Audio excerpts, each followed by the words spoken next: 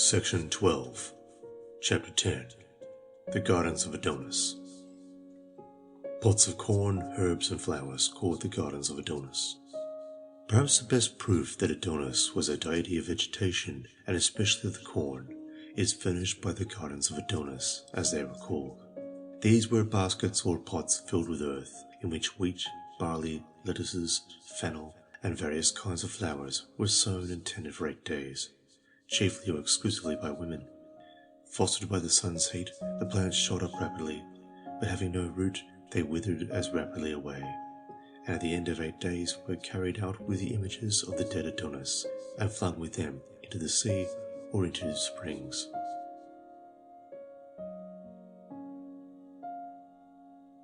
These gardens of Adonis were charms to promote the growth of vegetation. The throwing of the gardens into water was a rain charm. Parallel European customs of drenching the corn with water at harvest or sowing, use of water as a rain charm at harvest and sowing. These gardens of Adonis are most naturally interpreted as representatives of Adonis or manifestations of his power. They represented him, true to his original nature, in vegetable form, while the images of him with which they were carried out and cast into the water portrayed him in his latter human shape. All these Adonis ceremonies, if I am right, were originally intended as charms to promote the growth or revival of vegetation, and the principle by which they were supposed to produce this effect was homeopathic or imitative magic. For ignorant people supposed that by mimicking the effect which they desired to produce, they actually helped to produce it. Thus by sprinkling water they make rain, by lighting a fire they make sunshine, and so on. Similarly, by mimicking the growth of crops, they hope to ensure a good harvest. The rapid growth of the wheat and barley in the gardens of Adonis was intended to make the corn shoot up, and the throwing of the gardens and of the images into the water was a charm to secure a due supply of fertilizing rain. The same, I take it, was the object of throwing the effigies of death and the carnival into water in the corresponding ceremonies of modern Europe. Certainly, the custom of drenching with water a leaf-clad person, who undoubtedly personifies vegetation, is still resorted to in Europe for the express purpose of producing rain.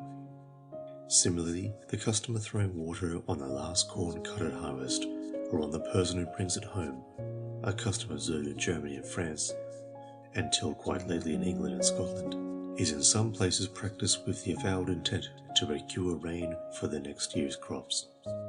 Thus in Wallachia and amongst the Romanians in Transylvania, when girls bring home a crown made of the last ears of corn cut at harvest, all who meet her hasten to throw water on her, and 2 farm servants are placed at the door for the purpose, for they believe that if this were not done, the crops next year would perish from drought.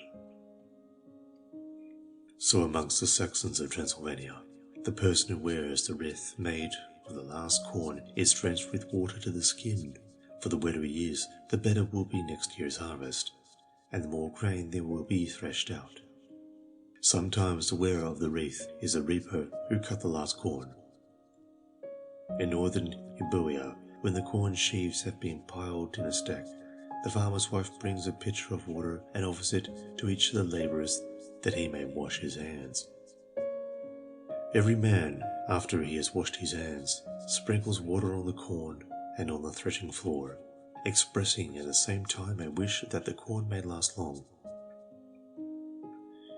Lastly, the farmer's wife holds the pitcher slantingly and runs at full speed round the stack without spilling a drop, while she utters a wish that the stack may endure as long as the circle she has just described. At the spring ploughing in Prussia, when the ploughman's sowers returned in the evening from their work in the fields, the farmer's wife and the servants used to splash water over them. The ploughman and sowers retorted by seizing everyone, throwing them into the pond, and ducking them under the water. The farmer's wife might claim exemption on payment of a forfeit, but everyone else had to be ducked. By observing this custom, they hoped to ensure a due supply of rain for the seed. Also, after harvest in Prussia, the person who wore a wreath made of the last corn cut was drenched with water, while a prayer was uttered that, as a cord had sprung up and multiplied through the water, so it might spring up and multiply in the barn or granary. At Schladau in Brandenburg, when the sowers return home from the first sowing, they are drenched with water in order that the corn may grow. In Anhalt, on the same occasion, the farmer is still often sprinkled with water by his family, and his men and horses, and even the plough, receive the same treatment. The object of the custom, as people in Ahrensdorf explained it, is to wish fertility on the fields for the whole year. So in Hesse, when the ploughmen return with the plough from the field for the first time, the women and girls lie in wait for them and slyly drench them with water. Near Naumburg in Bavaria, the man who first comes back from sowing or ploughing has a vessel of water thrown over him by someone in hiding. At Hedingen in Baden, the farmer who is about to begin the sowing of oats is sprinkled with water in order the oats may not shrivel up. Before the Tusayan Indians in North America go out to plant their fields, the women sometimes pour water on them. The reason for doing so is that, as the water is poured on the men, so may water fill on the planted fields. The Indians of Santiago Tepucan steep the seed of the maize in water before they sow it, in order that the god of the waters may bestow on the fields the needed moisture. Gardens of Adonis among the Oreons and Mandas of Bengal. The opinion that the gardens of Adonis are essentially charms to promote the growth of vegetation, especially of the crops, and that they belong to the same class of customs as those spring and midsummer folk customs of modern Europe, which I have described elsewhere, does not rest for its evidence merely on the intrinsic probability of the case. Fortunately, we are able to show that gardens of Adonis, if we may use the expression in a general sense, are still planted, first by a primitive race at their sowing season, and second by European peasants at midsummer. Amongst the Oreons and Mandas of Bengal, when the time comes for planting out the rice which has been grown in seed beds, a party of young people of both sexes go to the forest and cut a young karma tree, or the branch of one. Bearing it in triumph, they return dancing, singing, and beating drums, and plant it in the middle of the village dancing ground. As sacrifice is offered to the tree, the next morning the youth of both sexes, linked arm in arm, dance in a great circle round the karma tree, which is decked with strips of coloured cloth and sham bracelets and necklets of plaited straw. As a preparation for the festival, the daughters of the headman of the village cultivate blades of barley in a peculiar way. The seed is sown in moist, sandy soil mixed with turmeric, and the blades sprout and unfold of a pale yellow or primrose colour. On the day of the festival, the girls take up these blades and carry them in baskets to the dancing crowd, where, prostrating themselves reverentially, they place some of the plants before the karma tree. Finally, the karma tree is taken away and thrown into a stream or tank. The meaning of planting these burly blades and then presenting them to the karma tree is hardly open to question. Trees are supposed to exercise a quickening influence upon the growth of crops, and amongst the very people in question, the Mandas or Mandaris, the grove deities are held responsible for the crops.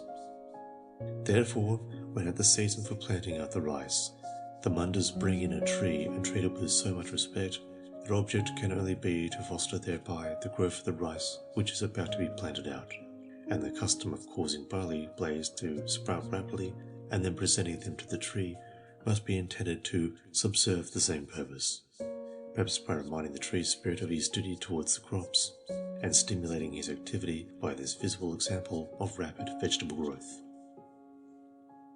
The throwing of the karma tree into the water is to be interpreted as a rain charm. Whether the barley blades are also thrown to the water is not said, but if my interpretation of the custom is right, probably they are so.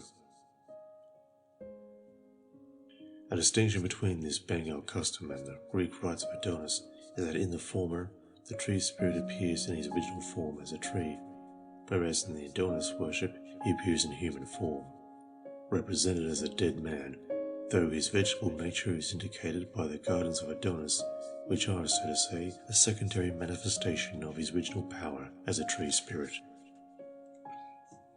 Gardens of Adonis in Rajputana.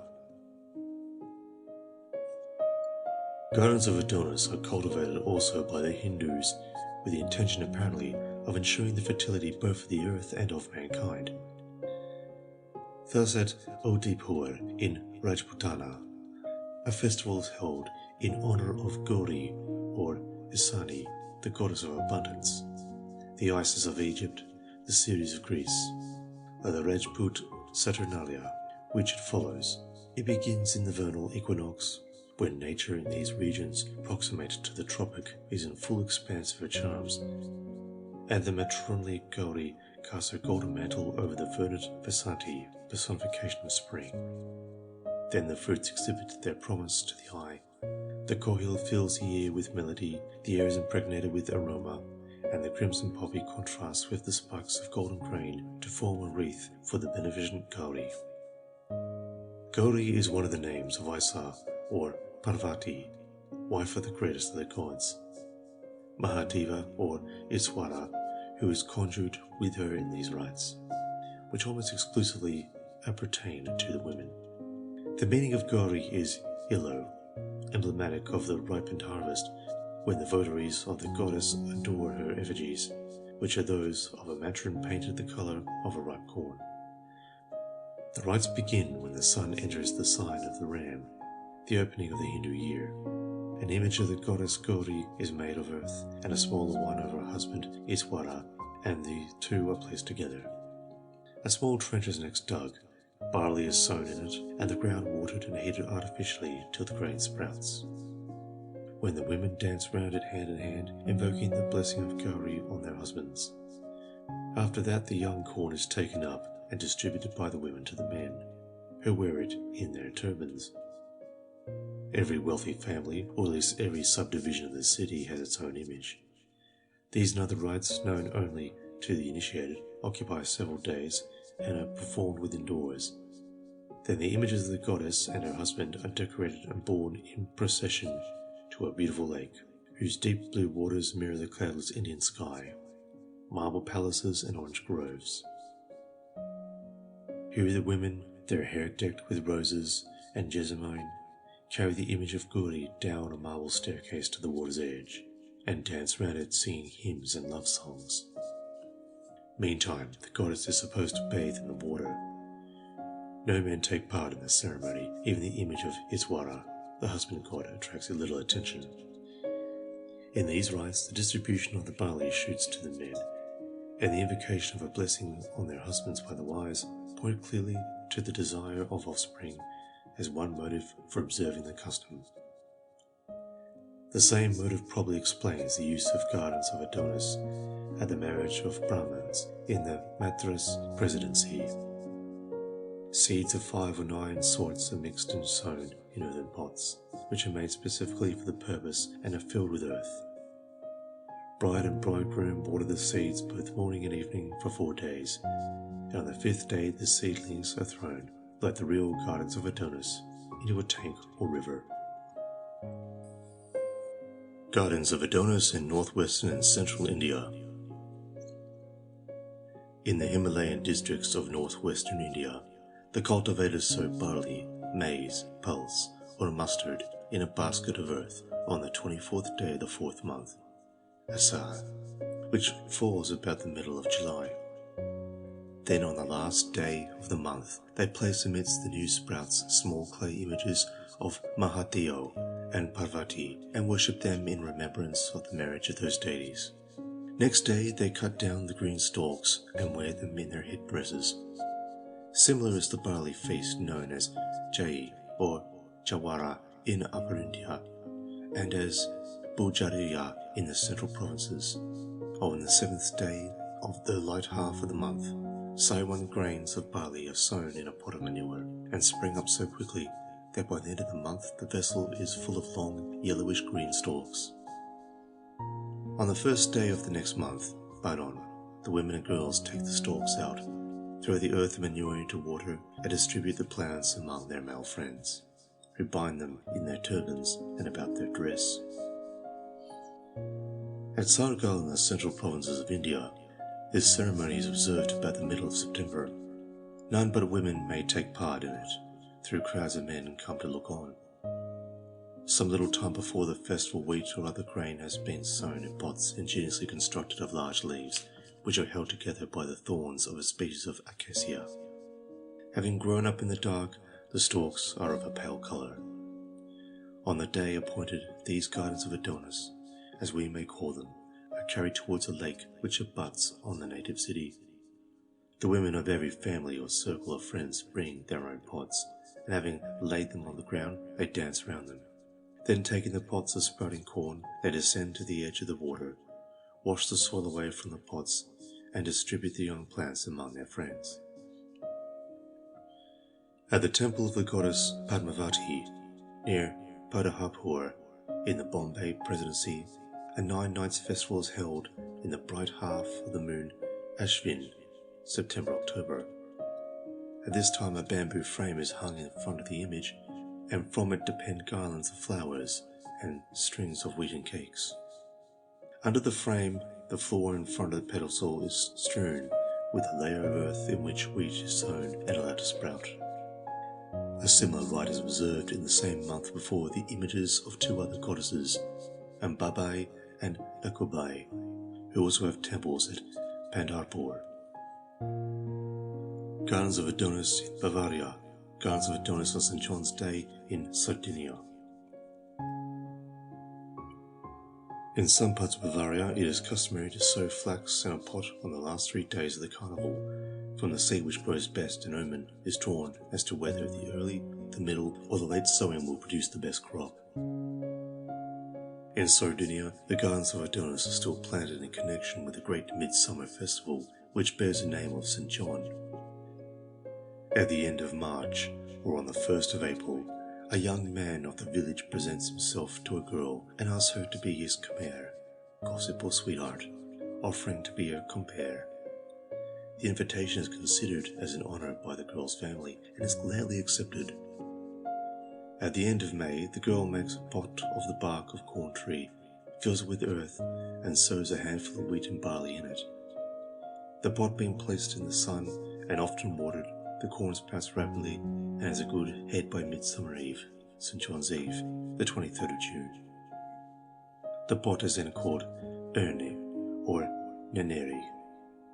On St. John's Day, the young man and the girl, dressed in their best, accompanied by a long retinue and preceded by children gambolling and frolicking, move in procession to a church outside the village.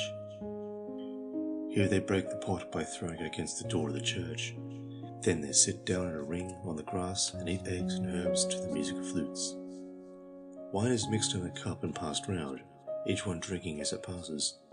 Then they join hands and sing Sweethearts of St. John, compare di San Giovanni, over and over again, the flutes playing the while. When they tire of singing, they stand up and dance gaily in a ring till evening. This is the general Sardinian custom. As practiced at Osiris, it has some special features. In May, the pots are made of cork bark and planted with corn, as already described. Then on the eve of St. John, the window sills are draped with rich clothes, on which the pots are placed, adorned with crimson and blue silk and ribbons of various colours. On each of the pots, they used formerly to place a statuette or cloth doll dressed as a woman, or a papyrus-like figure made of paste. But this custom, rigorously forbidden by the church, has fallen into disuse.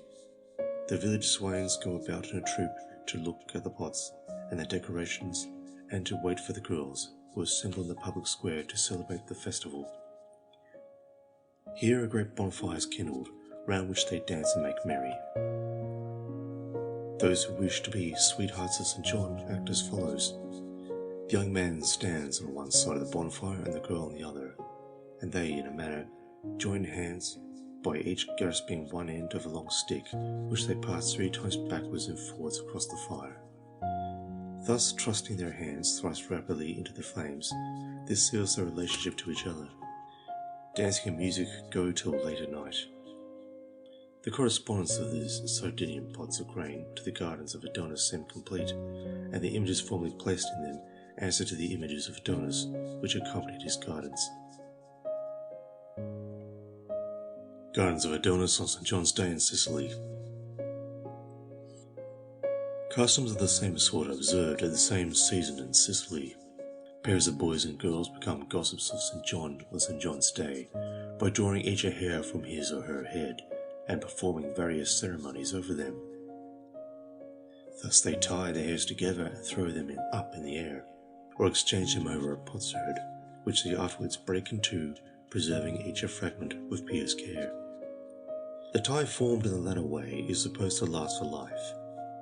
In some parts of Sicily, the gossips of St. John present each other with plates of sprouting corn, lentils and canary seed, which have been planted 40 days before the festival.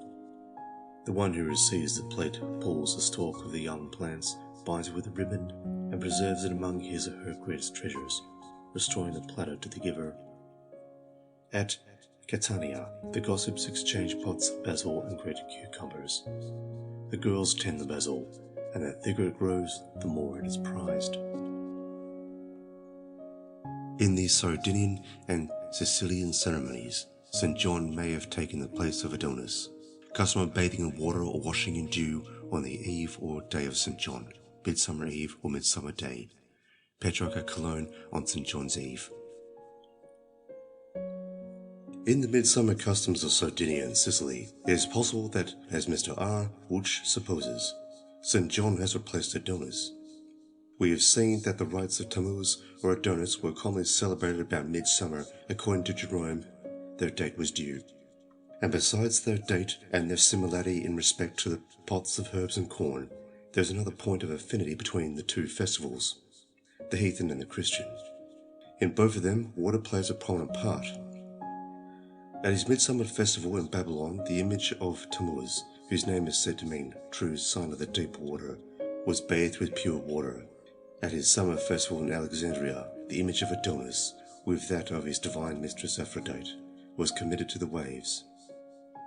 And at the midsummer celebration in Greece, the gardens of Adonis were thrown into the sea or into springs. Now a great feature of the midsummer festival associated with the name of St. John is, or used to be, the custom of bathing in the sea, springs, rivers, or the dew on Midsummer Eve or the morning of Midsummer Day. Thus, for example, at Naples, there is a church dedicated to St. John the Baptist under the name of St. John of the Sea, Es Giovan e Mare, and it was an old practice for men and women to bathe in the sea on St. John's Eve, that is, on Midsummer Eve, believing that thus all their sins were washed away. In the Abruzzi, water is still supposed to acquire certain marvellous and beneficial properties on St. John's night. They say that on that night, the sun and moon bathe in the water. Hence many people take a bath in the sea or in a river at that season, especially at the moment of sunrise. At Castiglione in Casuria, they go before sunrise to the Pescara River or to springs, wash their faces and hands, then gird themselves with twigs of Barony, Vitalba, and twine the plant around their brows, in order that they may be free from pains. At Persina, boys and girls watch each other's faces in a river or a spring, then exchange kisses and become gossips. The dew also that falls on St. John's night is supposed, in the Abruzzi, to benefit whatever it touches, whether it be water, flowers, or the human body. For that reason, people put out vessels of water on the windowsills or the terraces and wash themselves in the water in the morning in order to purify themselves and escape headaches and colds. A still more efficacious mode of accomplishing the same end is to rise at the peep of dawn, to wet their hands in the dewy grass, and then to rub the moisture on the eyelids, the brow, and the temples, because the dew is believed to cure maladies of the head and eyes. It is also a remedy for diseases of the skin. Persons who are thus afflicted should roll on the dewy grass. When patients are prevented by their infirmity or any other cause from quitting the house, their friends will gather the dew in sheets or tablecloths and so apply it to the suffering part. At Marsala in Sicily there is a spring of water in a subterranean ghetto called the Grotto of the Sibyl. Beside it stands the Church of St. John, which has been supposed to occupy the site of a temple of Apollo. On St. John's Eve, the 23rd of June, women and girls visit the grotto, and by drinking of the prophetic water, learn whether their husbands have been faithful to them in the year that is past, or whether they themselves will wed in the year that is to come. Sick people, too, imagine that by bathing in the water, drinking of it, or ducking thrice in it, in the name of the Trinity, they will be made whole. At Monte, in Sicily, the following custom is observed on St. John's Eve. The men repair to one fountain, and the women to another, and dip their heads thrice in the water, repeating at each ablution certain verses in honour of St. John. They believe that this is a cure or preventative of the scald. When Petrarch visited Cologne, he chanced to arrive in the town on St. John's Eve. The sun was nearly setting, and his host at once led him to the Rhine. A strange sight there met his eyes, for the banks of the river were covered with pretty women. The crowd was great but good-humoured. From a rising ground on which he stood, the poet saw many of the women, girt with fragrant herbs, kneel down on the water's edge, roll their sleeves up above their elbows, and wash their white arms and hands in a river, murmuring softly some words, which the Italian did not understand. He was told that the custom was a very old one, much honoured in the observance, for the common folk, especially the women, believed that to wash in the river on St. John's Eve would avert every misfortune in the coming year.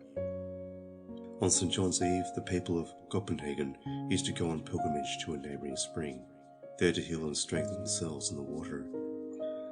In Spain, people still bathe in the sea or roll naked in the dew of the meadows on St. John's Eve, believing that this is a sovereign preservative against diseases of the skin. To roll in the dew on the morning of St. John's Day is also esteemed a cure for diseases in the skin in Normandy and Périgord.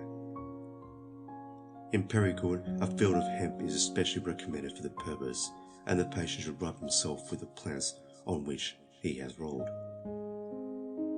At Ciotat, in Provence, while the midsummer bonfire blazed, young people used to plunge into the sea and splash each other vigorously. At Vitrolles, they bathed in a pond in order that they might not suffer the fever during the year, and at St. Mary's they watered the horses to protect them from the itch. A custom of drenching people on this occasion with water formerly prevailed in Toulon, Marseilles, and other towns of the south of France. The water was squirted from syringes, poured on the heads of passers-by from windows, and so forth. From Europe, the practice of bathing in rivers and springs on St. John's Day appears to have passed with the Spaniards to the New World. The custom of bathing at midsummer is pagan, not Christian, in its origin. It may perhaps be suggested that this widespread custom of bathing in water or dew on Midsummer Eve or Midsummer Day is purely Christian in origin, having been adopted as an appropriate mode of celebrating the day dedicated to the Baptist. But in point of fact, the custom is older than Christianity, for it was denounced and forbidden as a heathen practice by Augustine, and to this day it is practiced at midsummer by the Mohammedan peoples of North Africa. We may conjecture that the Church, unable to put down this relic of paganism, followed its usual policy of accommodation by bestowing on the rite of a Christian name and acquiescing with a sigh in its observance, and casting about for a saint to supplant a heathen patron of bathing. The Christian doctors could hardly have hit upon a more appropriate successor than St. John the Baptist. Old heathen festival of midsummer in Europe and the East. But into whose shoes did the Baptist step? Was the displaced deity really Adonis, as the foregoing evidence seems to suggest? In Sardinia and Sicily it may have been so, for in these islands Semitic influence was certainly deep and probably lasting. The midsummer pastimes of Sardinian and Sicilian children may therefore be a direct continuation of their Carthaginian rites of Tammuz. Yet the midsummer festival seems too widely spread and too deeply rooted in Central and Northern Europe to allow us to trace it everywhere, to an Oriental origin in general, and to the cult of Adonis in particular. It has the air of a native of the soil rather than of an exotic import from the East. We shall do better, therefore, to suppose that at a remote period Similar modes of thought, based on similar needs, led men independently in many distant lands, from the North Sea to the Euphrates, to celebrate the summer solstice with rites which, while they differed in some things, yet agreed closely in others, and in historical times a wave of Oriental influence, starting perhaps from Babylonia, carried the Tammuz or Adonis from the festival westward till it met with native forms of a similar festival, and that under pressure of the Roman civilization, these different yet kindred festivals fused with each other and crystallized into a variety of shapes, which subsisted more or less separately side by side, till the Church, unable to suppress them altogether, stripped them so far as it could of their grosser features, and dexterously changing the names, allowed them to pass muster as Christian. And what has just been said of the midsummer festivals probably applies, with the necessary modifications, to the spring festivals also. They too seem to have originated independently in Europe and the East, and after ages of separation to have amalgamated under the sway of the Roman Empire and the Christian Church. In Syria, as we have seen, there appears to have been a vernal celebration of Adonis, and we shall presently meet with an undoubted instance of an Oriental festival of spring in the rites of Attis. Meantime, we must return for a little to the midsummer festival which goes by the name of St. John. Midsummer fires and midsummer couples in relation to vegetation. The Sardinian practice of making merry around a great bonfire on St. John's Eve is an instance of a custom which has been practiced at the midsummer festival from time immemorial in many parts of Europe. That custom has been more fully dealt with by me elsewhere. The instances which I have cited in other parts of this work seem to indicate a connection of the midsummer bonfire with vegetation. For example, both in Sweden and Bohemia, an essential part of the festival is the raising of the maypole or midsummer tree, which in Bohemia is burned in the bonfire. Again, in a Russian midsummer ceremony, a straw figure of Kupalo, the representative of vegetation, is placed beside a maypole or midsummer tree and then carried to and fro across the bonfire. Kupalo is here represented in duplicate, in tree form by the midsummer tree, and in human form by the straw effigy, just as Adonis was represented both by an image and a garden of Adonis, and the duplicate representatives of Kupalo, like those of Adonis, are finally cast into water. In the Sardinian Sicilian customs, the gossips or sweethearts of St. John probably answer, on the one hand, to Adonis and Astarte, on the other, to the King and Queen of May. In the Swedish province of Blekinge, part of the midsummer festival is the election of a midsummer bride, who chooses her bridegroom. A collection is made for the pair, who for the time being are looked upon as man and wife.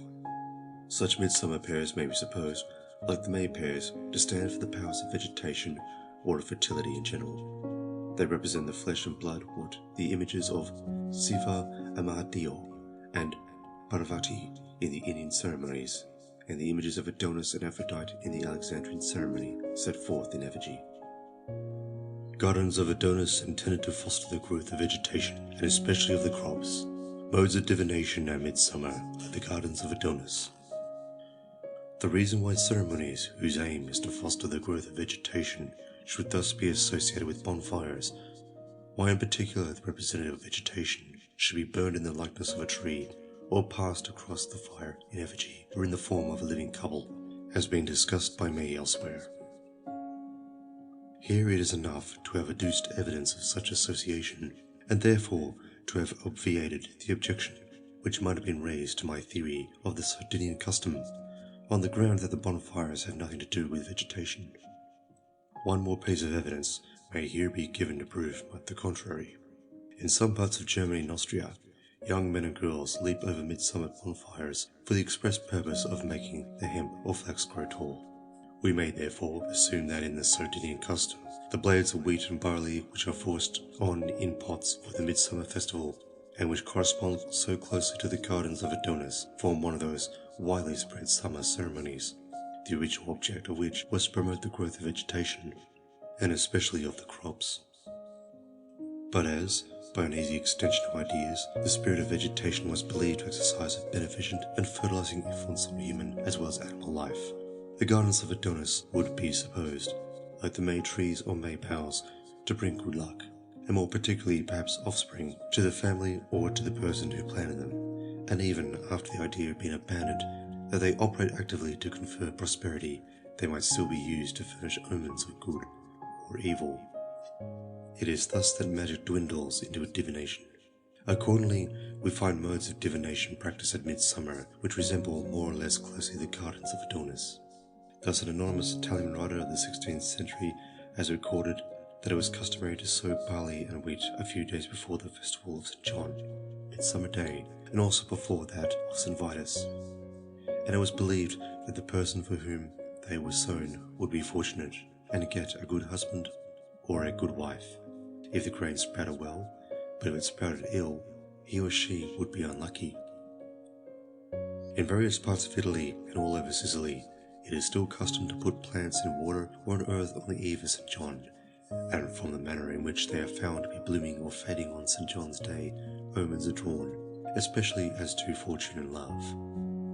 Amongst the plants used for this purpose are Ziori di Esguavani, St. John's wort, and nettles. In Prussia 200 years ago, the farmers used to send out their servants, especially their maids, to gather St. John's wort on Midsummer's Eve, or Midsummer Day, St. John's Day. When they had fetched it, the farmer took as many plants as there were persons, and struck them in the wall or between the beams. And it was thought that he or she whose plant did not bloom would soon fall sick or die. The rest of the plants were tied in a bundle, fastened to the end of a pole, and set up at the gate or wherever the corn would be brought in at the next harvest. The bundle was called cupole. The ceremony was known as Cupole's Festival, and at it the farmer prayed for a good crop of hay and so forth. The Prussian custom is particularly notable inasmuch as it strongly confirms the opinion that Cupalo, doubtless identical with Cupole, was originally a deity of vegetation.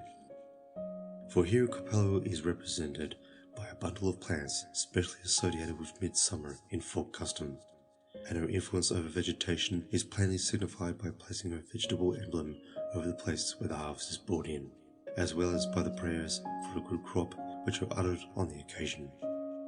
This furnishes a fresh argument in support of the view that the death, whose analogy to Cupalo, Irillo, and the rest I have shown elsewhere, originally personified vegetation, more especially the dying or dead vegetation of winter. Further, my interpretation of the gardens of Adonis is confirmed by finding that in this Prussian custom, the very same kinds of plants is used to form the gardens of Adonis, as we may call them, and the image of the deity. Nothing could set in a stronger light the truth of the theory that the gardens of Adonis are merely another manifestation of the god himself. Sicilian gardens of Adonis in spring. In Sicily, gardens of Adonis are still sown in spring as well as in summer, from which we may perhaps infer that Sicily, as well as Syria, celebrated of old a vernal festival of the dead and risen god. At the approach of Easter, Sicilian women sow wheat, lentils, and canary seed in plates, which they keep in the dark and water every 2 days. The plants soon shoot up, the stalks are tied together with red ribbons, and the plates containing them are placed on the sepulchres, which, with the effigies of the dead Christ, are made up in Catholic and Greek churches on Good Friday, just as the gardens of Adonis were placed on the grave of the dead Adonis. The practice is not confined to Sicily, for it is observed also at Cosenza in Calabria, and perhaps in other places. The whole custom, sepulchres as well as plates of sprouting grain, may be nothing but a continuation, under a different name, of the worship of Adonis. Resemblance of the Easter ceremonies in the Greek church to the rites of Adonis. Nor are these Sicilian and Calabrian customs the only Easter ceremonies which resemble the rites of Adonis. During the whole of Good Friday, a waxen effigy of the dead Christ is exposed to view in the middle of the Greek churches, and is covered with fervent kisses by the thronging crowd, while the whole church rings with melancholy, monotonous dirges. Late in the evening, when it has grown quite dark, this waxen image is carried by the priests into the street on a bier adorned with lemons, roses, jessamine, and other flowers, and there begins the grand procession of the multitude, who moves in serried ranks with slow and solemn step through the whole town. Every man carries his taper and breaks out into doleful lamentation. In all the houses which the procession passes, there are seated women with censers to fumigate the marching host. Thus the community solemnly buries its Christ as if he had just died. At last the waxen image is again deposited in the church, and the same lugubrious chants echo anew. These lamentations, accompanied by a strict fast, continue till midnight on Saturday. As the clock strikes 12, the bishop appears and announces the glad tidings that Christ is risen, to which the crowd replies, "He is risen indeed," and at once the whole city bursts into an uproar of joy, which finds vent in shrieks and shouts, in the endless discharge of carronades and muskets, and the explosion of fireworks of every sort. In the very same hour, people plunge from the extremity of the fast into the enjoyment of the Easter lamb and neat wine. Resemblance of the Easter ceremonies in the Catholic Church to the rites of Adonis. In like manner, the Catholic Church has been accustomed to bring forth its followers in a visible form the death and resurrection of the Redeemer. Such sacred dramas are well fitted to impress the lively imagination and to stir the warm feelings of a susceptible southern race, to whom the pomp and pageantry of Catholicism are more congenial than to the colder temperament of the Teutonic peoples. The solemnities observed in Sicily on Good Friday, the official anniversary of the crucifixion, are thus described by a native Sicilian writer. A truly moving ceremony is the procession which always takes place in the evening in every commune of Sicily, and further the deposition from the cross. The brotherhoods took part in the procession, and the rear was brought up by a great many boys and girls representing saints, both male and female, and carrying the emblems of Christ's passion. The deposition from the cross was managed by the priests. The coffin with the dead Christ in it was flanked by Jews armed with swords, an object of horror and aversion in the midst of the profound pity excited by the sight not only of Christ but of the Mater Dolorosa, who followed behind him. Now and then the mysteries, with symbols of the crucifixion, went in front. Sometimes the procession followed 3 hours of agony and the deposition from the cross. The 3 hours commemorated those which Jesus Christ passed upon the cross. Beginning at the 18th and ending at the 21st hour of Italian time, 2 priests preached alternately on the Passion. Anciently, the sermons were delivered in the open air on the place called the Calvary. At last, when the 3rd hour was about to strike, at the words "Immerse spiritum," Christ died, bowing his head amid the sobs and tears of the bystanders. Immediately afterwards, in some places, 3 hours afterwards in each, the sacred body was unnailed and deposited in the coffin. In Castelnuovo, at the Ave Maria, 2 priests clad as Jews, representing Joseph of Arimathea and Nicodemus, with their servants in costume, repaired to the Calvary, preceded by the company of the whites. There, with doleful verses and chants appropriate to the occasion, they performed all the various operations of the deposition, after which the procession took its way to the large church. In Sella Peruta, the Calvary is erected in the church. At the preaching of the death, the crucified is made to bow his head by means of machinery, while the guns are fired, trumpets sound, and amid the silence of the people impressed by the death of the Redeemer, the strains of a melancholy funeral march are heard. Christ is removed from the cross and deposited in the coffin by 3 priests. After the procession of the dead Christ, the burial is performed, that is, 2 priests lay Christ in a fictitious sepulchre, from which, at the Mass of Easter Sunday, the image of the risen Christ issues and is elevated upon the altar by means of machinery. Scenic representations of the same sort, with variations of detail, are exhibited at Easter in the Abruzzi, and probably in many other parts of the Catholic world. The Christian festival of Easter, perhaps grafted on a festival of Adonis. When we reflect how often the Church has skillfully contrived to plant the seeds of a new faith on the old stock of paganism, we may surmise that the Easter celebration of the dead and risen Christ was grafted upon a similar celebration of the dead and risen Adonis, which, as we have same reason to believe, was celebrated in Syria at the same season. The type created by Greek artists of the sorrowful goddess with her dying lover in her arms resembles and may have been the model of the Pieta of Christian art. The Virgin with the dead body of her divine Son in her lap, of which the most celebrated example is one by Michelangelo in St. Peter's. That noble group in which the living sorrow of the mothers contrasts so wonderfully with the languor of death in the sun is one of the finest compositions in marble. Ancient Greek art has bequeathed to us few works so beautiful and none so pathetic. The worship of Adonis at Bethlehem, the morning star identified with Venus, may have been the signal for the festival of Adonis, the Star of Bethlehem.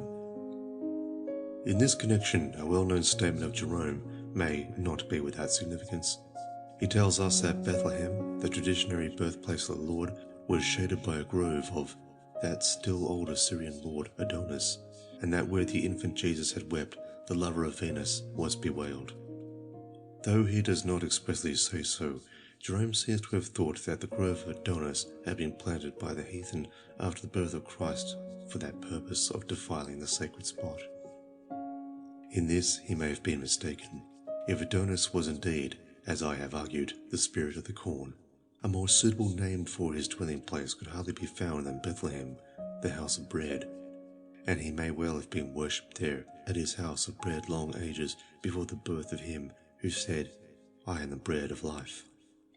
Even on the hypothesis that Adonis followed rather than preceded Christ at Bethlehem, the choice of his sad figure to divert the allegiance of Christians from the Lord cannot but strike us as eminently appropriate when we remember the similarity of the rites which commemorated the death and resurrection of the two.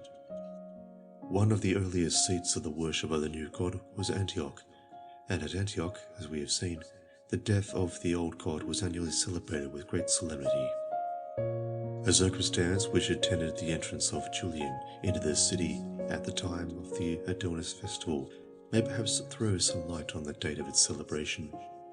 When the emperor drew near to the city, he was received with public prayers as if he had been a god, and he marvelled at the voices of a great multitude who cried that the star of salvation had dawned upon them in the east. This may doubtless have been no more than a fulsome compliment paid by an obsequious oriental crowd to the Roman emperor. But it is also possible that the rising of a bright star regularly gave the signal for the festival, and that as chance would have it, the star emerged above the rim of the eastern horizon at the very moment of the emperor's approach. The coincidence, if it happened, will hardly fail to strike the imagination of a superstitious and excited multitude, who might thereupon hail the great man as a deity whose coming was announced by the sign in the heavens. Or the emperor may have mistaken for a greeting to himself the shouts which were addressed to the star. Now Astarte, the divine mistress of Adonis, was identified with the planet Venus, and her changes from a morning to an evening star were carefully noted by the Babylonian astronomers, who drew omens from her alternate appearance and disappearance. Hence we may conjecture that the festival of Adonis was regularly timed to coincide with the appearance of Venus as a morning or evening star. But the star which the people of Antioch saluted at the festival was seen in the east, therefore, if it was indeed Venus, it can only have been the morning star. At Apheka in Syria, where there was a famous temple of Astarte, the signal for the celebration of the rites was apparently given by the flashing of a meteor, which on a certain day fell like a star from the top of Mount Lebanon into the river Adonis. The meteor was thought to be Astarte herself, and in its flight through the air might naturally be interpreted as the descent of the amorous goddess into the arms of her lover. At Antioch and elsewhere, the appearance of the morning star on the day of the festival may in like manner have been hailed as the coming of the goddess of love to wake her dead leman from his earthly bed. If that were so, we may surmise that it was the morning star which guided the wise men of the east to Bethlehem, the hallowed spot which heard, in the language of Jerome, the weeping of the infant Christ and the lament for Adonis. End of section 12. Section 13. Book 2nd. Attis. Chapter 1. The Myth and Ritual of Attis. Attis, the Phrygian counterpart of his Adonis, his relation to Cybele, his miraculous birth, the death of Attis. Another of those gods whose supposed death and resurrection struck such deep roots into the faith and ritual of Western Asia is Attis. He was to Phrygia what Adonis was to Syria. Like Adonis, he appears to have been a god of vegetation, and his death and resurrection were annually mourned and rejoiced over at festival in spring. The legends and rites of the two gods were so much alike that the ancients themselves sometimes identified them. Attis was said to have been a fair young shepherd or herdsman beloved by Cybele, the mother of the gods, a great Asiatic goddess of fertility who had her chief home in Phrygia. Some held that Attis was her son. His birth, like that of many other heroes, is said to have been miraculous. His mother, Nana, was a virgin, who conceived by putting a ripe almond or a pomegranate in her bosom. Indeed, in the Phrygian cosmogony, an almond figured as the father of all things. Perhaps because its delicate lilac blossom is one of the first heralds of the spring, appearing on the bare boughs before the leaves have opened. Such tales of virgin mothers are relics of an age of childish ignorance when men had not yet recognized the intercourse of the sexes as a true cause of offspring. That ignorance still shared by the lowest of existing savages, the Aboriginal tribes of Central Australia, was doubtless at one time universal among mankind. Even in latter times, when people are better acquainted with the laws of nature, they sometimes imagine that these laws may be subject to exceptions, and that miraculous beings may be born in miraculous ways by women who have never known a man. In Palestine to this day, it is believed that a woman may conceive by a jinni, or by the spirit of her dead husband. There is, or was lately, a man at Nebk who is currently supposed to be the offspring of such a union, and the simple folk have never suspected his mother's virtue. Two different accounts of the death of Attis were current. According to one, he was killed by a boar, like Adonis. According to the other, he unmanned himself under a pine tree and bled to death on the spot. The latter is said to have been the local story told by the people of Pessinus, a great seat of the worship of Cybele, and the whole legend of which the story forms a part is stamped with a character of rudeness and savagery that speaks strongly for its antiquity. Both tales might claim the support of custom, or rather both were probably inverted to explain certain customs observed by the worshippers. The story of the self-mutilation of Attis is clearly an attempt to account for the self-mutilation of his priests, who regularly castrated themselves on entering the service of the goddess.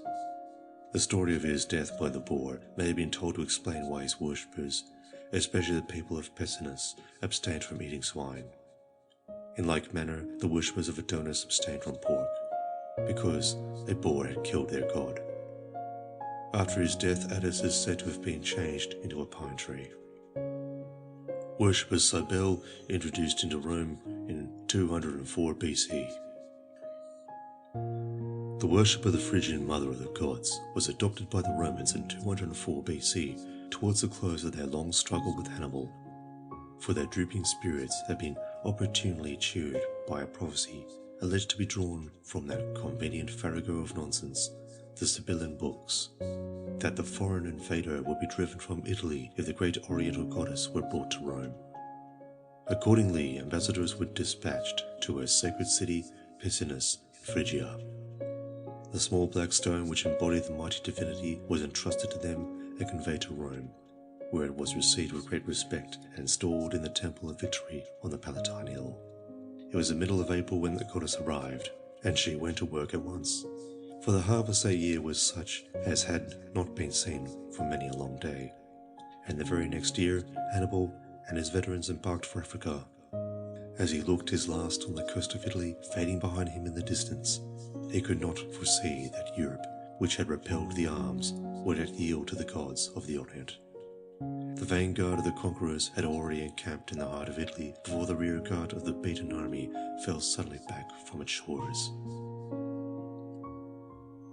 Attis and his eunuch priests, the Galli, at Rome. We may conjecture, though we are not told, that the mother of the gods brought with her the worship of her youthful lover or son to a new home in the west. Certainly the Romans were familiar with the Galli, the emasculated priests of Attis before the close of the Republic. These unsexed beings in their oriental costume, with little images suspended on their breasts, appear to have been a familiar sight in the streets of Rome, which they traversed in procession, carrying the image of the goddess and chanting their hymns to the music of cymbals and tambourines, flutes and horns, while the people, impressed by the fantastic show and moved by the wild strains, flung alms to them in abundance and buried the images and its bearers under showers of roses. A further step was taken by the Emperor Claudius when he incorporated the Phrygian worship of the sacred tree, and with it probably the orgiastic rites of Attis, in the established religion of Rome. The great spring festival of Cybele and Attis is best known to us in the form in which it was celebrated at Rome.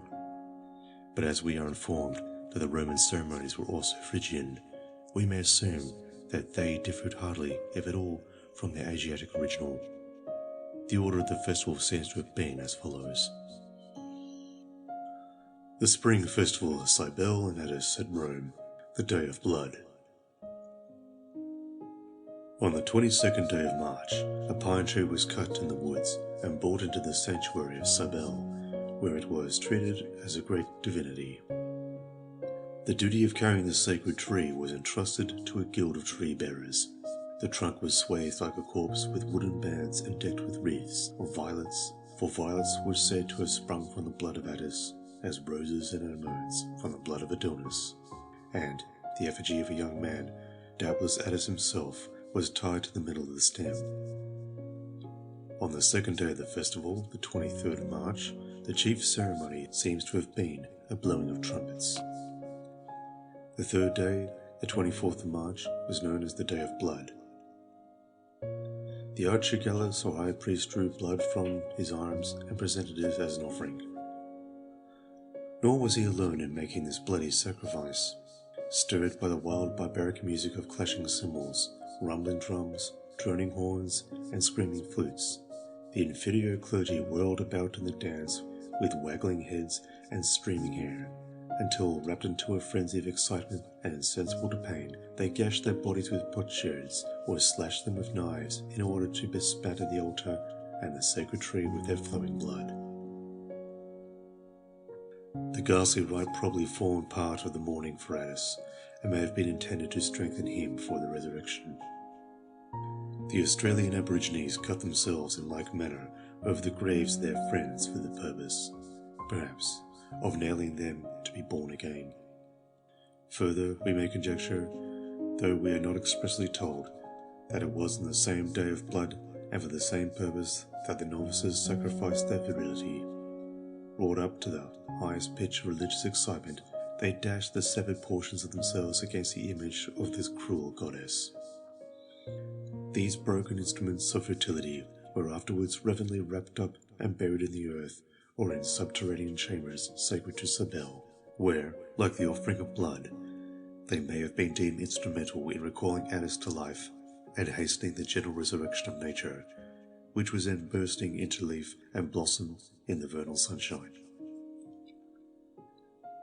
Some confirmation of this conjecture is furnished by the savage story that the mother of Attis conceived by putting in her bosom a pomegranate sprung from the severed genitals of a man-monster named Adonis, a sort of double of Attis. Eunuch priests in the service of Asiatic goddesses.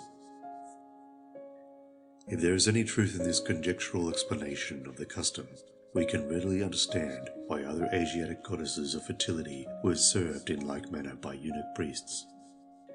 These feminine deities required to receive from their male ministers, who personated the divine lovers, the means of discharging their beneficent functions. They had themselves to be impregnated by the life-giving energy before they could transmit it to the world. Goddesses thus ministered by the eunuch priests were the great Artemis of Ephesus and the great Syrian Astarte of Hierapolis, whose sanctuary, frequented by swarms of pilgrims and enriched by the offerings of Assyria and Babylonia, of Arabia and Phoenicia, was perhaps in the days of its glory the most popular in the East.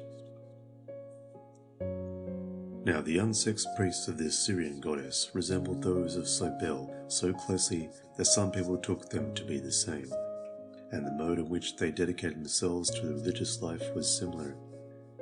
The great festival of the year at Heliopolis fell at the beginning of spring, when multitudes thronged to the sanctuary from Syria and the regions round about.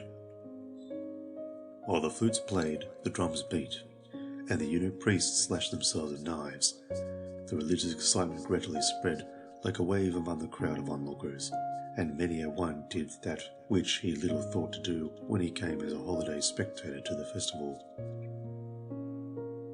For man after man, his veins throbbing with the music, his eyes fascinated by the sight of the streaming blood, flung his garments from him, leapt forth with a shout, and seizing one of the swords which stood ready for the purpose, castrated himself on the spot. Then he ran through the city, holding the bloody pieces in his hand, till he threw them into one of the houses which he passed in his mad career.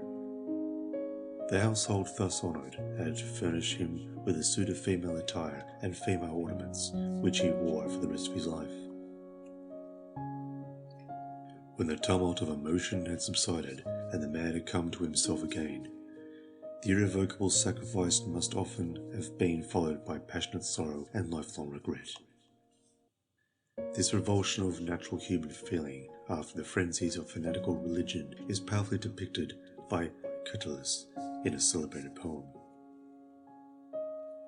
The Sacrifice of Virility, the Mourning for Attis. The parallel of these Syrian devotees confirms the view that in the similar worship of Cybele, the sacrifice of virility took place on the Day of Blood at the vernal rites of the goddess, when the violets, supposed to spring from the red drops of her wounded lover, were in bloom among the pines. Indeed, the story that Attis unmanned himself under a pine tree was clearly devised to explain why his priests did the same beside the sacred violet-wreathed tree at his festival. At all events, we can hardly doubt that the Day of Blood witnessed the mourning for Attis over an effigy of him which was afterwards buried. The image thus laid in the sepulchre was probably the same which had hung upon the tree.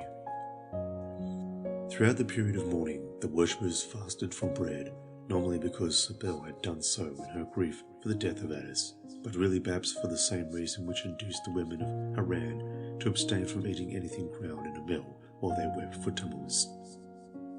To partake of bread or flour at such a season might have been deemed a wanton profanation of the bruised and broken body of the god, or the fast may possibly have been a preparation for a sacramental meal.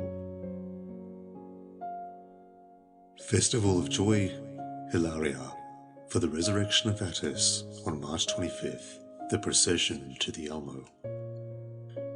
But when night had fallen, the sorrow of the worshippers was turned to joy, for suddenly a light shone in the darkness.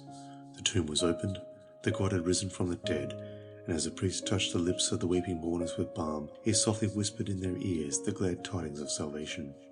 The resurrection of the god was hailed by his disciples as a promise that they too would issue triumphant from the corruption of the grave.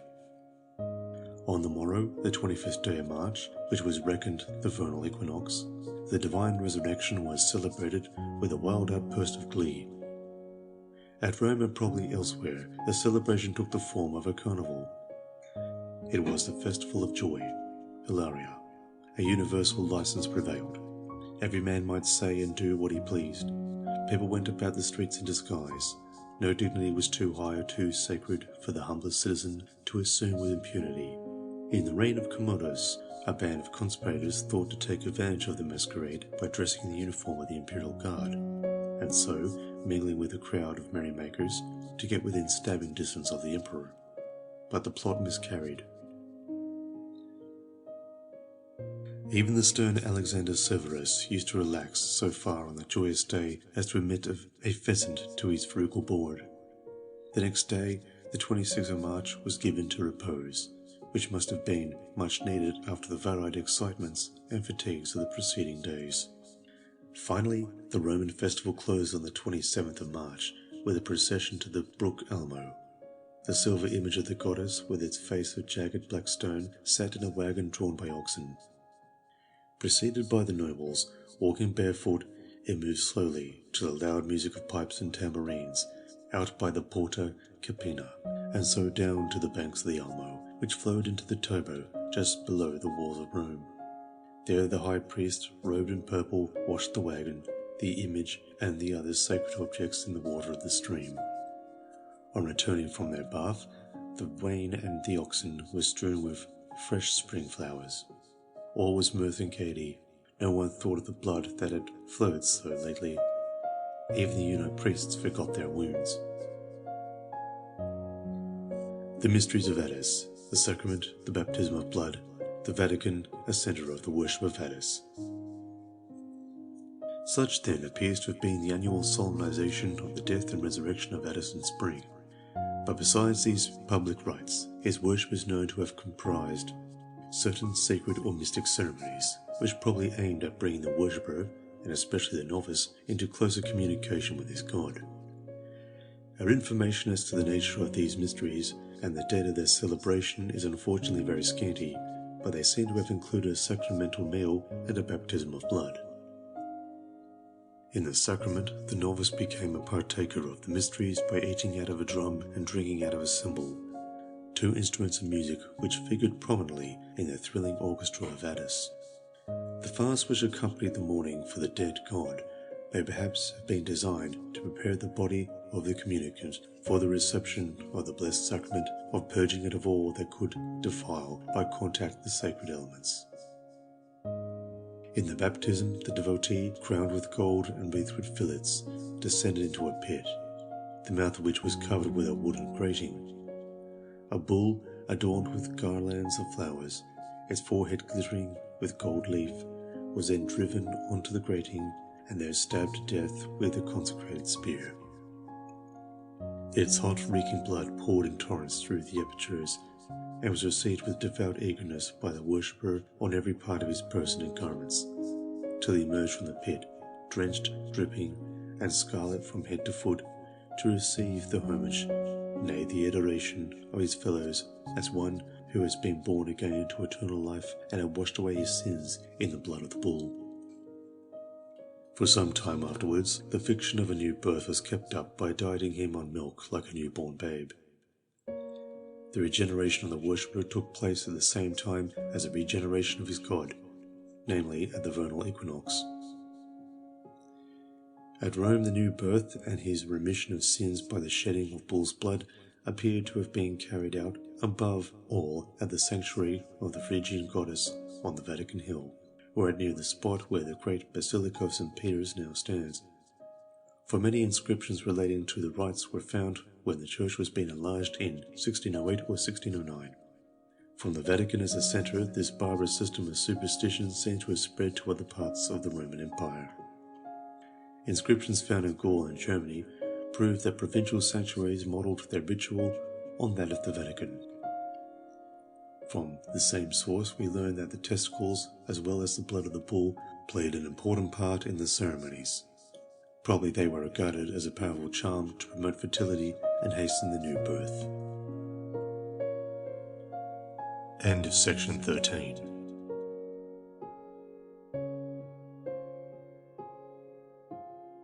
Section 11. Chapter 9. The Ritual of Adonis. Results of the preceding inquiry. Thus far, we have dealt with the myth of Adonis and the legends which associated him with Bibulus and Paphos. A discussion of these legends led us to the conclusion that among Semitic peoples in early times, Adonis, the divine lord of the city, was often impersonated by priestly kings or other members of the royal family, and that these, his human representatives, were of old put to death, whether periodically or occasionally, in their divine character. Further, we found that certain traditions and monuments of Asia Minor seemed to preserve traces of a similar practice. As time went on, the cruel custom was apparently mitigated in various ways. For example, by substituting an effigy or an animal for the man, or by allowing the destined victim to escape with a merely make-believe sacrifice. The evidence of all this is drawn from a variety of scattered and often ambiguous indications. It is fragmentary, it is uncertain, and the conclusions built upon it inevitably partake of the weakness of the foundation. Where the records are so imperfect, as they happen to be in this branch of our subject, the element of hypothesis must enter largely into any attempt to piece together and interpret the disjointed facts. How far the interpretations here proposed are sound, I leave to future inquiries to determine. Our knowledge of the rites of Adonis derived chiefly from Greek writers. From dim regions of the past, where we have had to grope our way with small help from the lamp of history, it is a relief to pass to those later periods of classical antiquity on which contemporary Greek writers have shed the light of their clear intelligence. To them we owe almost all that we know for certain about the rites of Adonis. The Semites who practiced the worship have said little about it, at all events little that they said has come down to us. Accordingly, the following account of the ritual is derived mainly from Greek authors who saw what they describe, and it applies to ages in which the growth of humane feeling had softened some of the harsher features of the worship. Festivals of the death and resurrection of Adonis. The festival at Alexandria. The festival at Byblus. At the festivals of Adonis, which were held in Western Asia and in Greek lands, the death of the god was annually mourned, with a bitter wailing, chiefly by women. Images of him, dressed to resemble corpses, were carried out as to burial and then thrown into the sea or into springs. And in some places his revival was celebrated on the following day. But all different places and ceremonies varied somewhat in the manner and apparently also in the season of their celebration. At Alexandria, images of Aphrodite and Adonis were displayed on 2 couches. Beside them were set ripe fruits of all kinds, cakes, plants, growing in flower pots, and green bowers twined within ease. The marriage of the lovers was celebrated one day, and on the morrow women attired as mourners, with streaming hair and bared breasts, bore the image of the dead Adonis to the sea shore and committed it to the waves.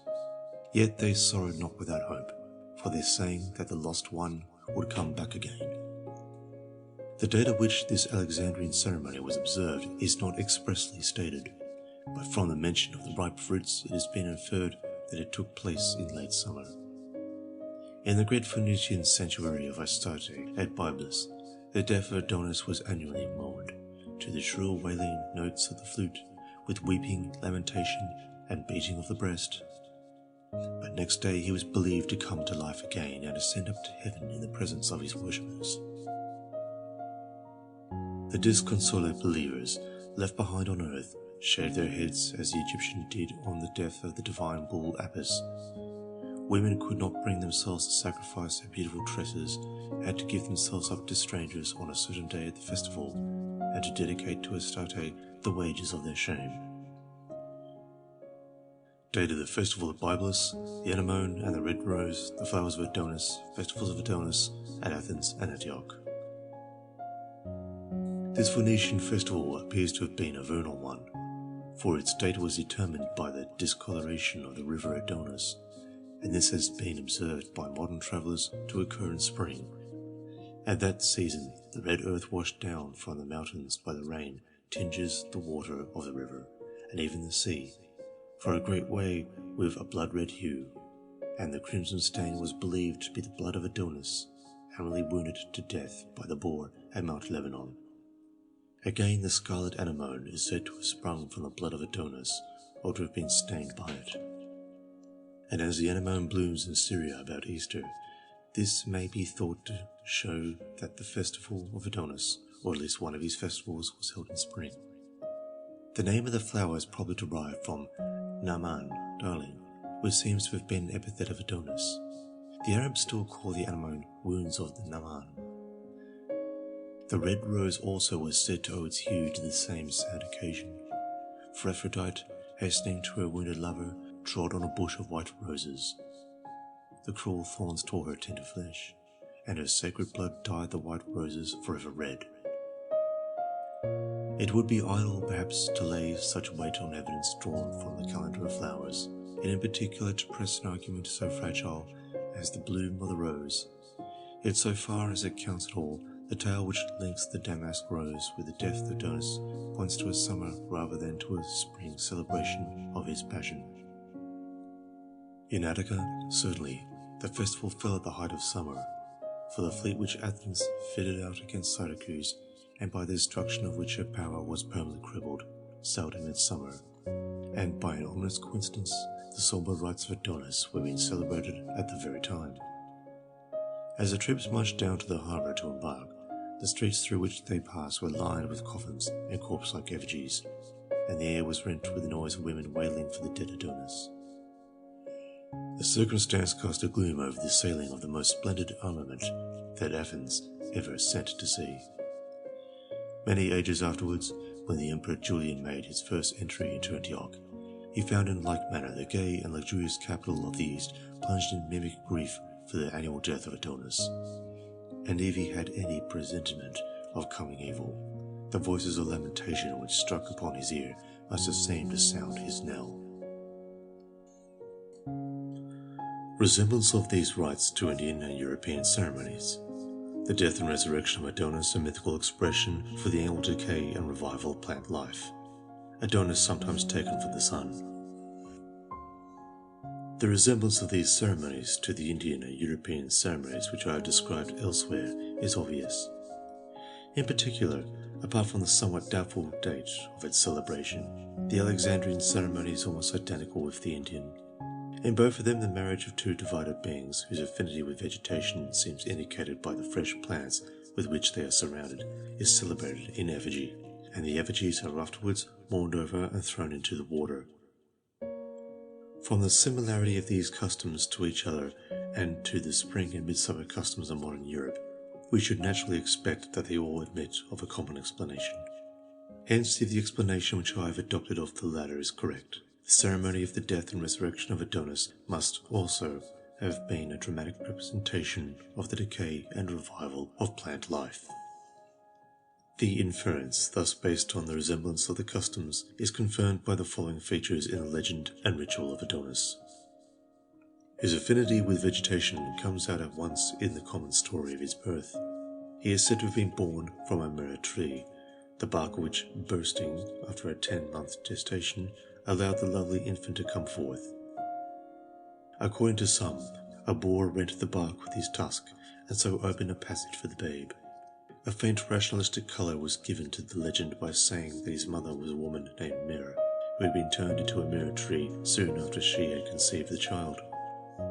The use of myrrh as incense at the festival of Adonis may have given rise to the fable. We have seen that incense was burnt at the corresponding Babylonian rites, just as it was burnt by the idolatrous Hebrews in honour of the Queen of Heaven, who was no other than Astarte. Again, the story that Adonis spent half, or according to others a third, of the year in the lower world and the rest of it in the upper world, is explained most simply and naturally by supposing that he represented vegetation, especially the corn, which lies buried in earth half the year and reappears above the ground the other half. Certainly, of the annual phenomena of nature, there is none which suggests so obviously the idea of death and resurrection as a disappearance and reappearance of vegetation in autumn and spring. Adonis has been taken for the sun, but there is nothing in the sun's annual course within the temperate and tropical zones to suggest that he is dead for half or a third of the year, and alive for the other half or 2/3. He might indeed be conceived as weaker in winter, but dead he could not be thought to be. His daily reappearance contradicts the supposition. Within the Arctic Circle, where the sun annually disappears for a continuous period which varies from 24 hours to 6 months according to latitude, his yearly death and resurrection would certainly be an obvious idea. But no one except the unfortunate astronomer Bailey has maintained that the Adonis worship came from the Arctic regions. On the other hand, the annual death and revival of vegetation is a conception which readily presents itself to men in every stage of savagery and civilization, and the vastness of the scale on which this ever-recurring decay and regeneration takes place, together with man's intimate dependence on it for subsistence, combine to render it the most impressive annual occurrence in nature, at least within the temperate zones. It is no wonder that a phenomenon so important, so striking, and so universal should, by suggesting similar ideas, have given rise to similar rites in many lands. We may therefore accept as probable an explanation of the Adonis worship which accords so well with the facts of nature and with the analogy of similar rites in other lands. Moreover, the explanation is countenanced by a considerable body of opinion amongst the ancients themselves, who again and again interpret the dying and reviving god as a reaping and sprouting grain. Tammuz or Adonis is a corn spirit bruised and ground in a mill. The character of Tammuz or Adonis as a corn spirit comes out plainly in an account of his festival given by an Arabic writer of the 10th century, in describing the rites and sacrifices observed at the different seasons of the year by the heathen Syrians of Haran. He says, Tammuz, July, in the middle of this month is the festival of El Bughat, that is, of the weeping woman, and this is the Tammuz festival, which is celebrated in honor of the god Tammuz. The women bewail him because his lord slew him so cruelly, ground his bones in a mill, and then scattered them to the wind. The women, during this festival, eat nothing which has been ground in a mill, but limit their diet to steeped wheat, sweet vetches, dates, raisins, and the like.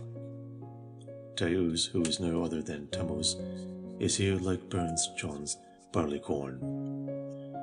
They wasted o'er a scorching flame the marrow of his bones, but a miller as to him worst of all, for he crushed him between two stones.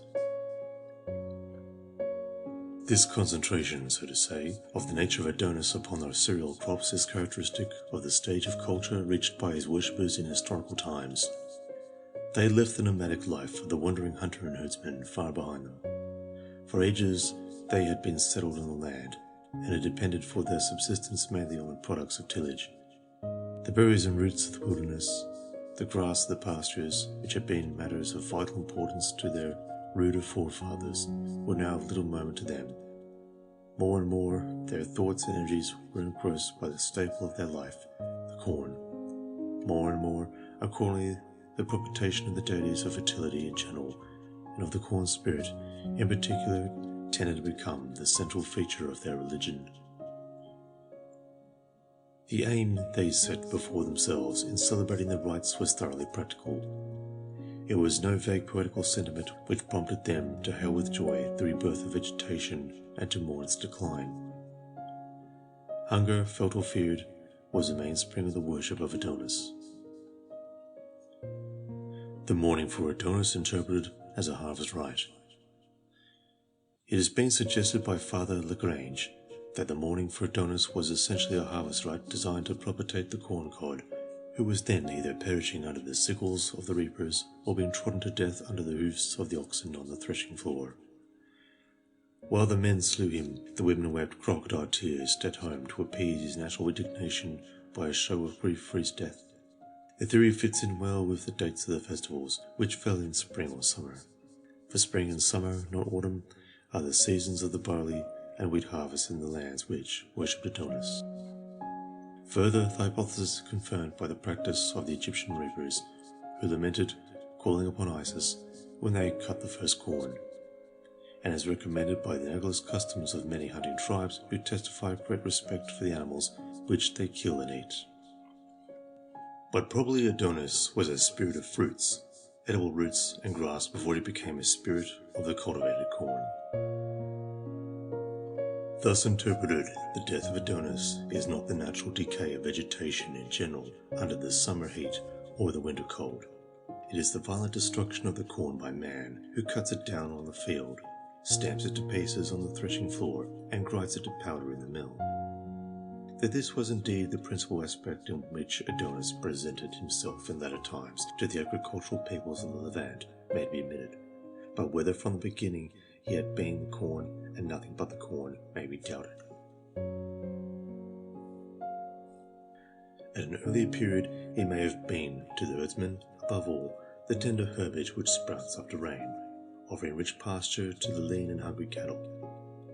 Earlier still, he may have embodied the spirit of the nuts and berries which the autumn woods yield to the savage hunter and his squaw. Just as a husbandman must propitiate the spirit of the corn which he consumes, so the herdsman must appease the spirit of the grass and leaves which his cattle munch, and the hunter must soothe the spirit of the roots which he digs, and of the fruits which he gathers from the bough. In all cases, the propitiation of the injured and angry sprite would naturally comprise elaborate excuses and apologies, accompanied by loud lamentations as to cease, whenever, through some deplorable accident or necessity, he happened to be murdered as well as robbed. Only we must bear in mind that the savage hunter and herdsman of those early days had probably not yet attained to the abstract idea of vegetation in general, and that accordingly, so far as Adonis existed for them at all, he must have been the Adon, or lord of each individual tree and plant, rather than a personification of vegetable life as a whole. Thus there would be as many Adonises as there were trees and shrubs, and each of them might expect to receive satisfaction for any damage done to his personal property. And year by year, when the trees were deciduous, every Adonis would seem to bleed to death with the red leaves of autumn, and to come alive again with the fresh green of spring. The propitiation of the corn spirit may have fused with the worship of the dead. We have seen reason to think that in early times Adonis was sometimes personated by a living man who died a violent death in the character of the god. Further, there is evidence which goes to show that among the agricultural peoples of the Eastern Mediterranean, the corn spirit, by whatever name he was known, was often represented, year by year, by human victims slain on the harvest field. If that was so, it seems likely that the propitiation of the corn spirit would tend to fuse to some extent with the worship of the dead, for the spirits of these victims might be thought to return to life in the years which they had fattened with their blood, and to die a second death at the reaping of the corn. Now the ghosts of those who had perished by violence are surely and apt to wreak their vengeance on their slayers whenever an opportunity offers. Hence the attempt to appease the souls of the slaughtered victims would naturally blend, at least in the popular conception, with the attempt to pacify the slain corn spirit. And as the dead came back in the sprouting corn, so they might be thought to return in the spring flowers, waked from their long sleep by the soft vernal airs, they had been lain to their rest under the sod. What more natural than to imagine that the violets and the hyacinths, the roses and the anemones sprang from their dust, were empurpled or incarnadined in their blood, and contained some portion of their spirit? I sometimes think that never blows so red the roses where some buried Caesar bled, that every hyacinth the garden wears dropped in a lap from some once lovely head, and this reviving herb whose tender green fledges the river lip on which we lean, I'll lean it lightly, for who knows, for what once lovely lip it springs unseen. The Festival of the Dead, a festival of flowers. In the summer after the Battle of Landen, the most sanguinary battle of the 17th century in Europe, the earth, saturated with the blood of 20,000 slain, broke forth into millions of poppies, and the traveller who passed the vast sheet of scarlet might well fancy that the earth had indeed given up her dead. At Athens, the great commemoration of the dead fell in spring, about the middle of March, when the early flowers are in bloom. Then the dead were believed to rise from their graves and go about the streets, vainly endeavouring to enter the temples and the dwellings, which were barred against these perturbed spirits with ropes, buckthorn and pitch. The name of the festival, according to the most obvious and natural interpretation, means the Festival of Flowers, and the title would foot well with the substance of the ceremonies, if at that season the poor ghosts were indeed thought to creep from the narrow house with the opening flowers. There may therefore be a measure of truth in the theory of Renan, who saw in the Adonis worship a dreamy voluptuous cult of death, conceived not as the king of terrors, but as an insidious enchanter who lures his victims to himself and lulls them into an eternal sleep. The infinite charm of nature in the Lebanon, he thought, lends itself to religious emotions of this sensuous, visionary sort, hovering vaguely between pain and pleasure, between slumber and tears. It would doubtless be a mistake to attribute to Syrian peasants the worship of a conception so purely abstract as that of death in general.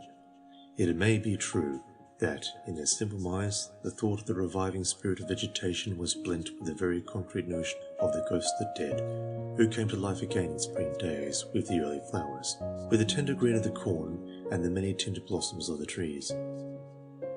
Thus their views of the death and resurrection of nature would be coloured by the views of the death and resurrection of man, by their personal sorrows and hopes and fears. In like manner, we cannot doubt that Renan's theory of Adonis was itself deeply tinged by passionate memories. Memories of the slumber akin to death which sealed his own eyes on the slopes of the Lebanon. Memories of the sister who sleeps in the land of Adonis, never again to wake with the anemones and the roses. End of section 11.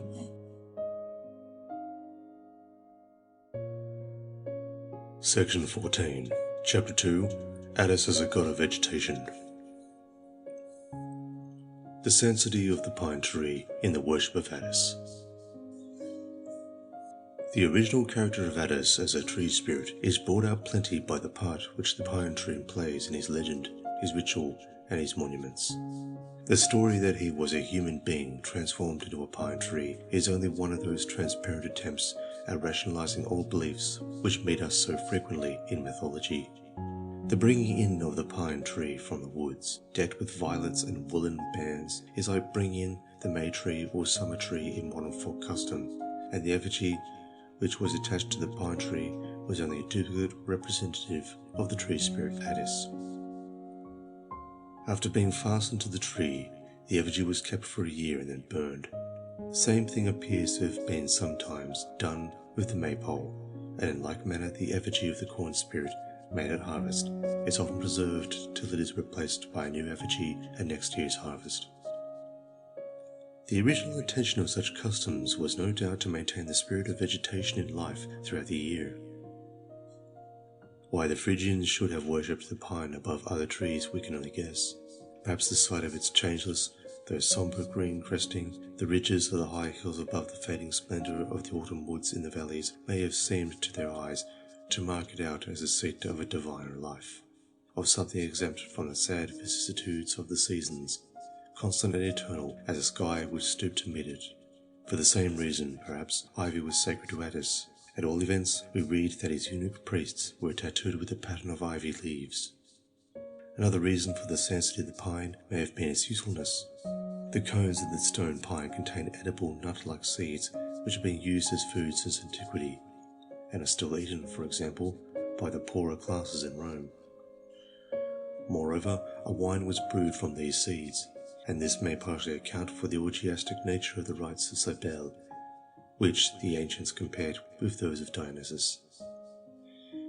Further, pine cones were regarded as symbols, or rather instruments of fertility.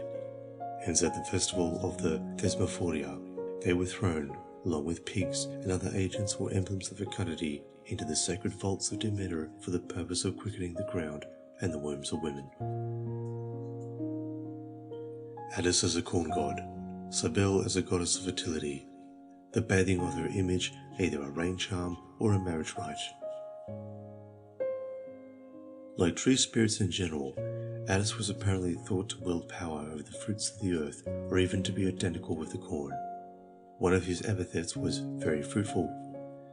He was addressed as the reaped green or yellow ear of corn, and the story of his sufferings, death and resurrection was interpreted as the ripe grain wounded by the reaper, buried in the granary and coming to life again when it is sown in the ground. A statue of him in the Lateran Museum at Rome clearly indicates his relation to the fruits of the earth, and particularly to the corn, for it represents him with a bunch of ears of corn and fruit in his hand, and a wreath of pine cones, pomegranates, and other fruits on his head, while from the top of his Phrygian cap ears of corn are sprouting.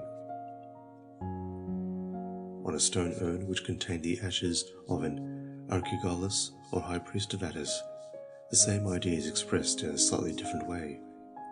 The top of the urn is adorned with ears of corn carved on a leaf, and it is surmounted by a figure of a cock whose tail consists of ears of corn. Cybele in like manner was conceived as a goddess of fertility who could make or mar the fruits of the earth. For the people of Augustodunum, Orton, in Gaul, used to cart her image about in a wagon for the good of the fields and vineyards, while they danced and sang before it. And we have seen that in Italy an unusually fine harvest was attributed to the recent arrival of the Great Mother. The bathing of the image of the goddess in a river may well have been a rain charm to ensure an abundant supply of moisture for the crops, or perhaps, as Mr. Hepting has suggested, the union of Cybele and Attis, like that of Aphrodite and Adonis, was dramatically represented at the festival, and the subsequent bath of the goddess was a ceremonial purification of the bride, such as is often observed at human marriages. In like manner, Aphrodite is said to have bathed after her union with Adonis, and so did Demeter after her intercourse with Poseidon. Hera washed in the springs of the river Bough after her marriage with Zeus, and every year she recovered her virginity by bathing in the spring of Canathus.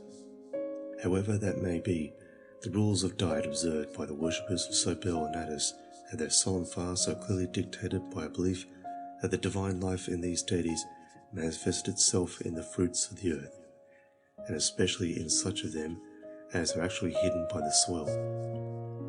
For while the devotees were allowed to partake of flesh, though not of pork or fish, they were forbidden to eat seeds and the roots of vegetables, but they might eat the stalks and upper parts of the plants.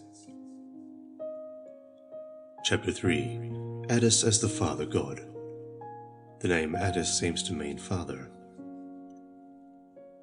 The name Attis appears to mean simply father.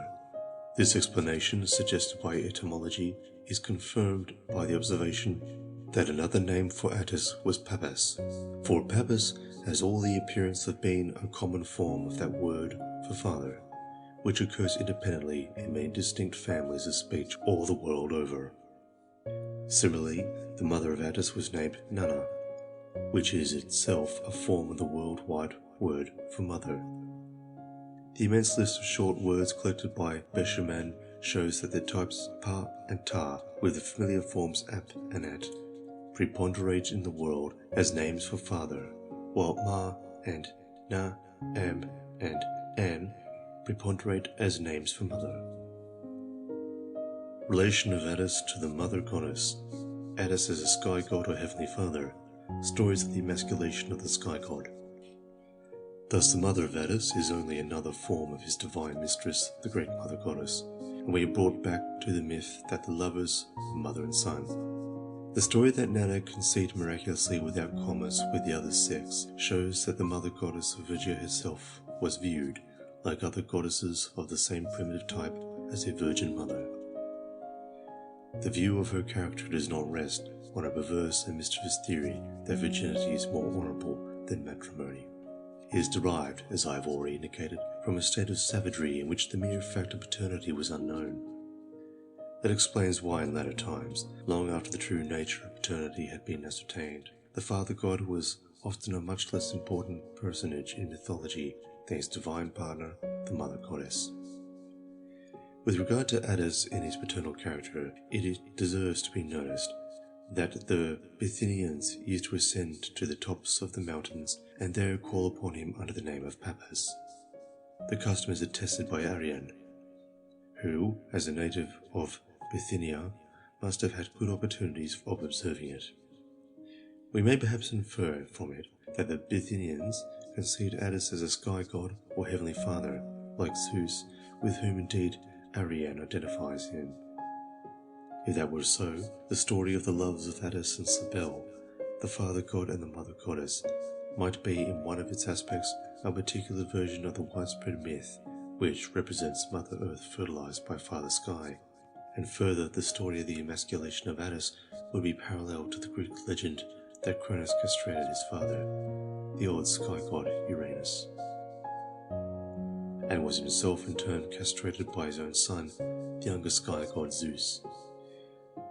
The tale of the mutilation of the sky god by his son has been plausibly explained as a myth of the violent separation of the earth and sky, which some races, for example the Polynesians, suppose to have originally clasped each other in a close embrace. Yet it seems unlikely that an order of eunuch priests like the Galley should have been based on a purely cosmogonic myth. Why should they continue for all time to be mutilated because the sky god was so in the beginning? The custom of castration must surely have been designed to meet a constantly recurring need, not merely to reflect a mythical event which happened at the creation of the world. Such a need is a maintenance of the fruitfulness of the earth, annually imperiled by the changes of the seasons. Yet the theory that the mutilation of the priests of Attis and the burial of the severed parts were designed to fertilize the ground may perhaps be reconciled with the cosmogonic myth, if we remember the old opinion, held apparently by many peoples, that the creation of the world is year by year repeated in that great transformation which depends ultimately on the annual increase of the sun's heat. However, the evidence for the celestial aspect of Attis is too slight to allow us to speak with any confidence on the subject. A trace of that aspect appears to survive in the star-spangled cap which he is said to have received from Cybele, and which is figured on some monuments supposed to represent him. His identification with the Phrygian moon god Tyrannus points in the same direction, but is probably due rather to the religious speculation of the latter age than a genuine popular tradition. Chapter 4. Human Representatives of Attis. The High Priest of Attis bore the god's name and seems to have personated him. The drawing of the High Priest's blood may have been a substitute for putting him to death in the character of the god. The name of Attis in the royal families of Phrygia and Lydia. The Phrygian priests of Attis may have been members of the royal family. From inscriptions it appears that both at Pessinus and Rome, the High Priestess Cybele regularly bore the name of Attis. It is therefore a reasonable conjecture that he played the part of his namesake, the legendary Attis, at the annual festival.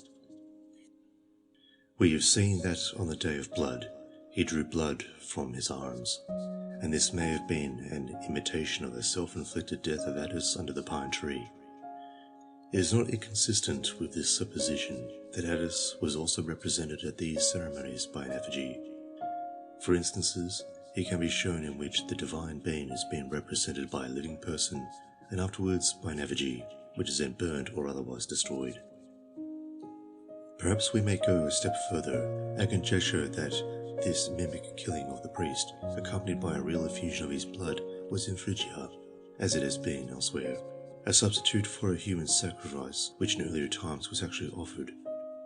Sir W. M. Ramsay, whose authority on all questions relating to Phrygia no one will dispute, is of opinion that at these Phrygian ceremonies, the representative of the god was probably slain each year by a cruel death, just as the god himself died.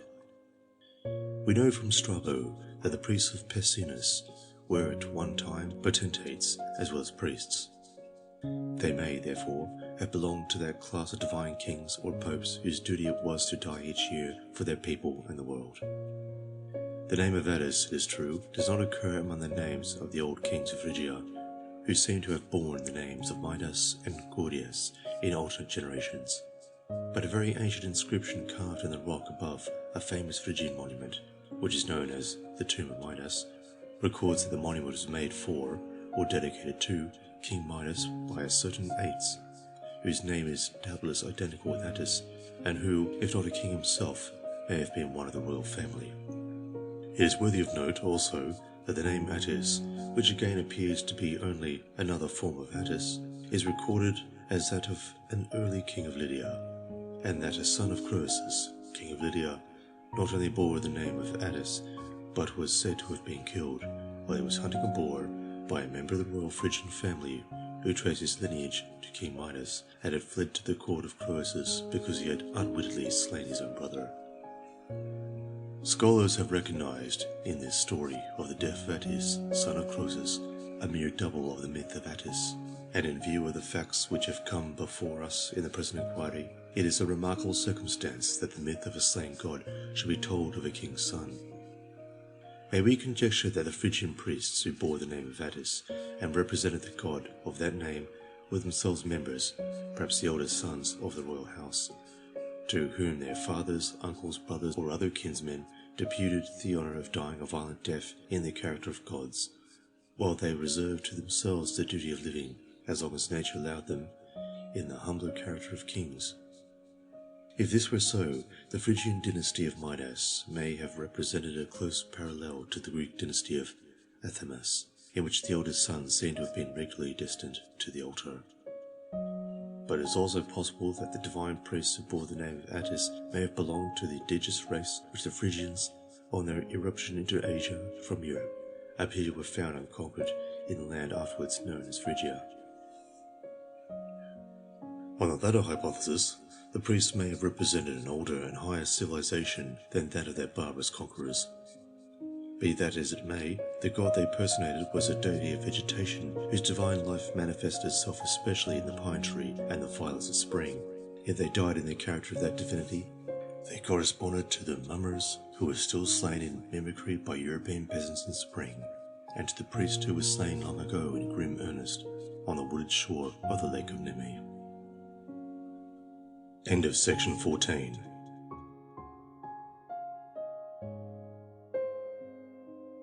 Section 15, Chapter 5, The Hanged God.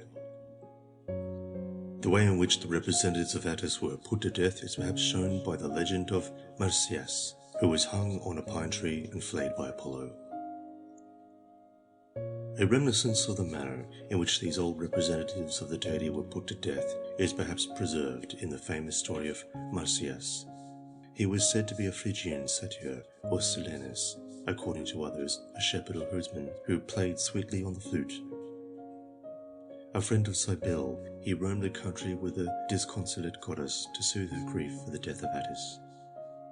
The composition of the mother's air, a tune played on the flute in honour of the great mother goddess, was attributed to him by the people of Selene in Phrygia. Vain of his skill, he challenged Apollo to a musical contest, he to play on the flute and Apollo on the lyre. Being vanquished, Marsyas was tied up to a pine tree and flayed or cut limb from limb, either by the victorious Apollo or by a Scythian slave. His skin was shown at Selene in historical times. It hung at the foot of the citadel in a cave from which the river Marsyas rushed with an impetuous and noisy tide to join the meander.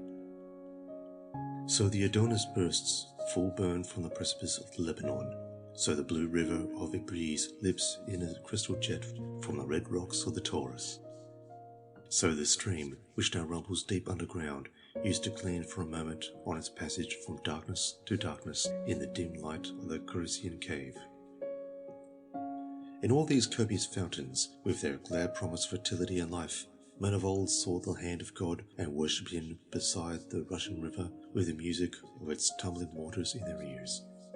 At Selene, if we can trust tradition, the piper Osiris, hanged in his cave, had a soul for harmony even in death, for it is said that at the sound of his native Phrygian melodies the skin of the dead satyr used to thrill, but if the musician struck up an air in praise of Apollo, he remained deaf and motionless. Marsyas, apparently a double of Attis, the hanging and spearing of Odin and his human victims on sacred trees, the hanging and spearing of human victims among the Bagobos. In this Phrygian satyr, shepherd or herdsman who enjoyed the friendship of Cybele, practiced the music so characteristic for rites, and died a violent death on her sacred tree, the pine, may we not detect a close resemblance to Attis, the favourite shepherd or herdsman of the goddess, who is himself described as a piper, is said to have perished under a pine tree and is annually represented by an effigy hung, like Marsyas, upon a pine. We may conjecture that in old days the priest who bore the name and played the part of Attis at the spring festival of Cybele was regularly hanged or otherwise slain upon the sacred tree, and that this barbarous custom was afterwards mitigated into the form in which it is known to us in latter times, when the priest merely drew blood from his body under the tree and attached an effigy instead of himself to its trunk. In the holy grove at Uppsala, men and animals were sacrificed by being hanged upon the sacred trees. The human victims dedicated to Odin were regularly put to death by hanging or by a combination of hanging and stabbing, the man being strung up to a tree or gallows and then wounded with a spear. Hence Odin was called the Lord of the Gallows or the God of the Hanged, and he is represented sitting under a gallows tree. Indeed, he is said to have been sacrificed to himself in the ordinary way, as we learn from the weird verses of the Havanal, in which the god describes how he acquired his divine power by learning the magic runes. I know that I hung on the windy tree for 9 whole nights, wedded with the spear dedicated to Odin, myself to myself. The Bagabos of Mindanao, one of the Philippine islands, used annually to sacrifice human victims for the good of the crops in a similar way. Early in December, when the constellation Orion appeared at 7 o'clock in the evening, the people knew that the time had come to clear their fields for sowing and to sacrifice a slave. The sacrifice was presented to certain powerful spirits as payment for the good year which the people had enjoyed, and to assure the favour of the spirits for the coming season. The victim was led to a great tree in the forest. There he is tied with his back to the tree and his arms stretched high above his head, in the attitude in which ancient artists portrayed Osiris hanging on the fatal tree. While he thus hung by the arms, he was slain by a spear thrust through his body at the level of the armpits. Afterwards the body was cut clean through the middle at the waist, and the upper part was apparently allowed to dangle for a little from the tree, while the under part wallowed in blood on the ground. The two portions were finally cast into a shallow trench beside the tree. Before this was done, anybody who wished might cut off a piece of flesh or a lock of hair from the corpse and carry it to the grave of some relation whose body was being consumed by a ghoul. Attracted by the fresh corpse, the ghoul would leave the mouldering old body in peace. These sacrifices have been offered by men now living. The hanging of Artemis, the hanging of Helen, the hanging of animal victims. In Greece, the great goddess Artemis herself appears to have been annually hanged in effigy in her sacred grove of Condylia among the Arcadian hills, and there accordingly she went by the name of the Hanged One. Indeed, a trace of a similar rite may perhaps be detected even at Ephesus, the most famous of her sanctuaries, in the legend of a woman who hanged herself and was thereupon dressed by the compassionate goddess in her own divine garb and called by the name of Hecate.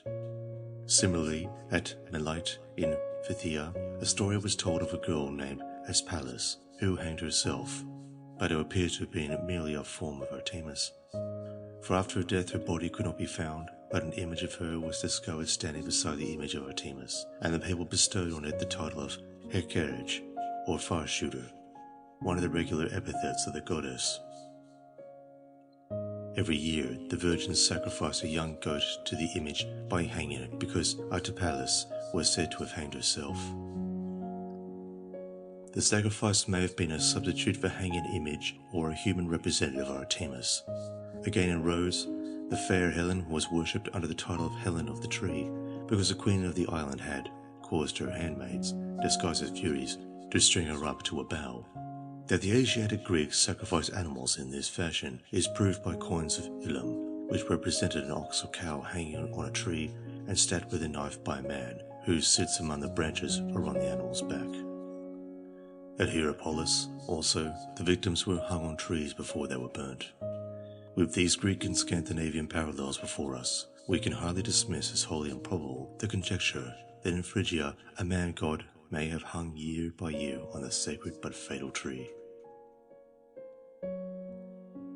Used the skins of human victims to effect their resurrection.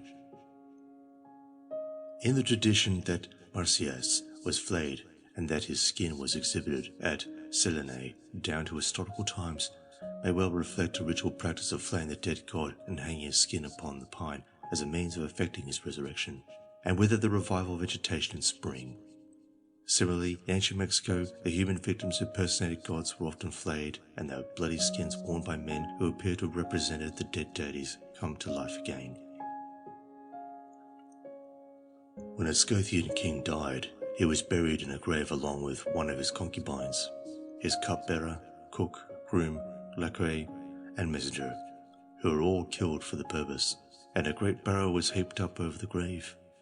A year afterwards, 50 of his servants and 50 of his best horses were strangled, and their bodies, having been disemboweled and cleaned out, were stuffed with chaff, sewn up, and set on scaffolds round about the barrow, every dead man bestriding a dead horse, which was bitted and bridled as in life. These strange horsemen were no doubt supposed to mount guard over the king. The setting up of their stuffed skins might be thought to ensure their ghostly resurrection. Skins of men and horses stuffed and set up at graves. Some tribes of Borneo used the skulls of their enemies to ensure the fertility of the ground and of women, the abundance of game, and so forth. That some such notion was entertained by the Scythians is made probable by the account which the medieval traveller Di Plano Carpini gives of the funeral customs of the Mongols. The traveller tells us that when a noble Mongol died, the custom was to bury him seated in the middle of a tent, along with a horse saddled and bridled, and a mare and her foal. Also they used to eat another horse, stuff the carcass with straw, and set it up on poles. All this they did in order that in the other world the dead man might have a tent to live in, a mare to yield milk, and a steed to ride, and that he might be able to breed horses. Moreover, the bones of the horse, which they ate, were burned for the good of his soul. When the Arab traveller Ibn Battuta visited Peking in the 14th century, he witnessed the funeral of an emperor of China who had been killed in battle. The dead sovereign was buried along with 4 young female slaves and 6 guards in a vault, and an immense mound like a hill was piled over him. 4 horses were then made to run round the hillock till they could run no longer, after which they were killed, impaled, and set up beside the tomb. When an Indian Patagonia dies, he is buried in a pit along with some of his property. Afterwards, his favourite horse, having been killed, skinned and stuffed, is popped up on sticks with his head turned towards the grave. At the funeral of a chief, 4 horses are sacrificed, and one is set up at each corner of the burial place. The clothes and other effects of the deceased are burned, and to conclude all, a feast is made of the horse's flesh.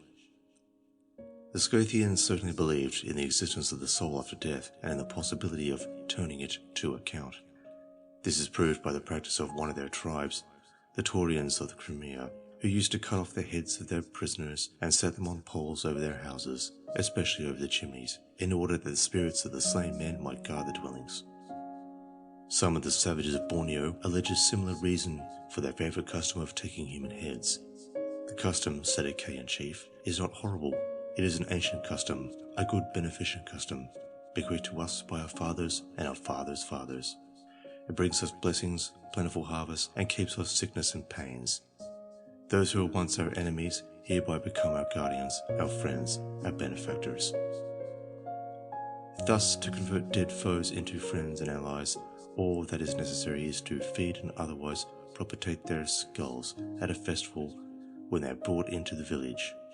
An offering of food is made to their heads, and their spirits, being thus appeased, cease to entertain malice against or to seek to inflict injury upon those who have got possession of the skull which formerly adored the now forsaken body. When the sea Dyaks of Sarawak return home successfully from a head-hunting expedition, they bring the head ashore with much ceremony, wrapped in palm leaves. On shore in the village, the head for months after its arrival is treated with the greatest consideration, and all the names and terms of endearment of which their language is capable are abundantly lavished on it. The most dainty morsels, culled from their abundant though inelegant repast, are thrust into its mouth, and it is instructed to hate its former friends, and that having been now adopted into the tribe of its captors, its spirit must be always with them. Cereal leaves the betel nut and given to it, and finally a cigar is frequently placed between its ghastly and pallid lips. None of this disgusting mockery is performed with the intention of ridicule, but all to propitiate the spirit of kindness, and to procure its good wishes for the tribe, of whom it is now supposed to have become a member. Amongst these Dyaks, the head feast, which has been just described, is supposed to be the most beneficial in its influence of all their feasts and ceremonies. The object of them all is to make their rice grow well, to cause the forest to abound with wild animals, to enable their dogs and snares to be successful in securing game, to have the streams swarm with fish, to give health and activity to the people themselves, and to ensure fertility to their women. All these blessings, the possessing and feasting of a fresh head, are supposed to be the most efficient means of securing. The very ground itself is believed to be benefited and rendered fertile, more fertile even than when the water in which fragments of gold presented to the Raja have been washed has been sprinkled over it. The stuffed skin of the human representative of the Phrygian god may have been used for like purposes. In like manner, if my conjecture is right, the man who represented the father god of Phrygia used to be slain, and his stuffed skin hung on the sacred pine in order that his spirit might work for the growth of the crops, the multiplication of animals, and the fertility of women. So that Athens, an ox, which appears to have embodied the corn spirit, was killed at an annual sacrifice, and its hide stuffed with straw and sewn up was afterwards set on its feet and yoked to a plough as if it were ploughing, apparently in order to represent, or rather to promote, the resurrection of the slain corn spirit at the end of the threshing. This employment of the skins of divine animals for the purpose of ensuring the revival of the slaughtered divinity might be illustrated by other examples. Perhaps the hide of the bull, which was killed to furnish the regenerating bath of blood in the rites of Attis, may have been put to a similar use. End of section 15. Section 16. Chapter 6. Oriental Religions in the West. Popularity of the worship of Cybele and Attis in the Roman Empire. The worship of the great mother of the gods and her lover, or son, was very popular under the Roman Empire. Inscriptions prove that the two received divine honours, separately or conjointly, not only in Italy and especially at Rome, but also in the provinces, particularly in Africa, Spain, Portugal, France, Germany and Bulgaria. Their worship survived the establishment of Christianity by Constantine, for Symmachus records the recurrence of the festival of the Great Mother, and in the days of Augustine her effeminate priests still paraded the streets and squares of Carthage with whitened faces, scented hair and mincing gait. While, like the mendicant friars of the Middle Ages, they begged alms from the passers-by. In Greece, on the other hand, the bloody orgies of the Asiatic goddess and her consort appear to have found little favour. The barbarous and cruel character of the worship, with its frantic excesses, was doubtless repugnant to the good taste and humanity of the Greeks, who seem to have preferred the kindred but gentler rites of Adonis. Yet the same features which shocked and repelled the Greeks may have positively attracted the less refined Romans and barbarians of the West. The ecstatic frenzies which were mistaken for divine inspiration, the mingling of the body, the theory of a new birth, and the remission of sins through the shedding of blood, have all their origin in savagery, and they naturally appealed to peoples in whom the savage instincts were still strong. Their true character was indeed often disguised under a decent veil of allegorical or philosophical interpretation, which probably sufficed to impose upon the rapt and enthusiastic worshippers, reconciling even the more cultivated of them to things which otherwise must have filled them with horror and disgust. The spread of Oriental faiths over the Roman Empire contributed to undermine the fabric of Greek and Roman civilization by inculcating the salvation of the individual soul as a supreme aim of life. The religion of the Great Mother, with its curious blending of crude savagery with spiritual aspirations, was only one of a multitude of similar Oriental faiths, which, in the latter days of paganism, spread over the Roman Empire, and by saturating the European peoples with alien ideals of life, gradually undermined the whole fabric of ancient civilization. Greek and Roman society was built on the conception of the subordination of the individual to the community, of the citizen to the state. It set the safety of the commonwealth as a supreme aim of conduct, above the safety of the individual, whether in this world or in a world to come. Trained from infancy in its unselfish ideal, the citizens devoted their lives to the public service and were ready to lay them down for the common good. Or if they shrank from the supreme sacrifice, it never occurred to them that they acted otherwise than basely in preferring their personal existence to the interests of their country. All this was changed by the spread of Oriental religions, which inculcated this communication of the soul with God and his external salvation as the only objects worth living for. Objects in comparison with which the prosperity and even the existence of the state sank into insignificance. The inevitable result of this selfish and immoral doctrine was to withdraw the devotee more and more from the public service, to concentrate his thoughts on his own spiritual emotions, and to breed in him a contempt for the present life which he regarded merely as a probation for a better and an eternal.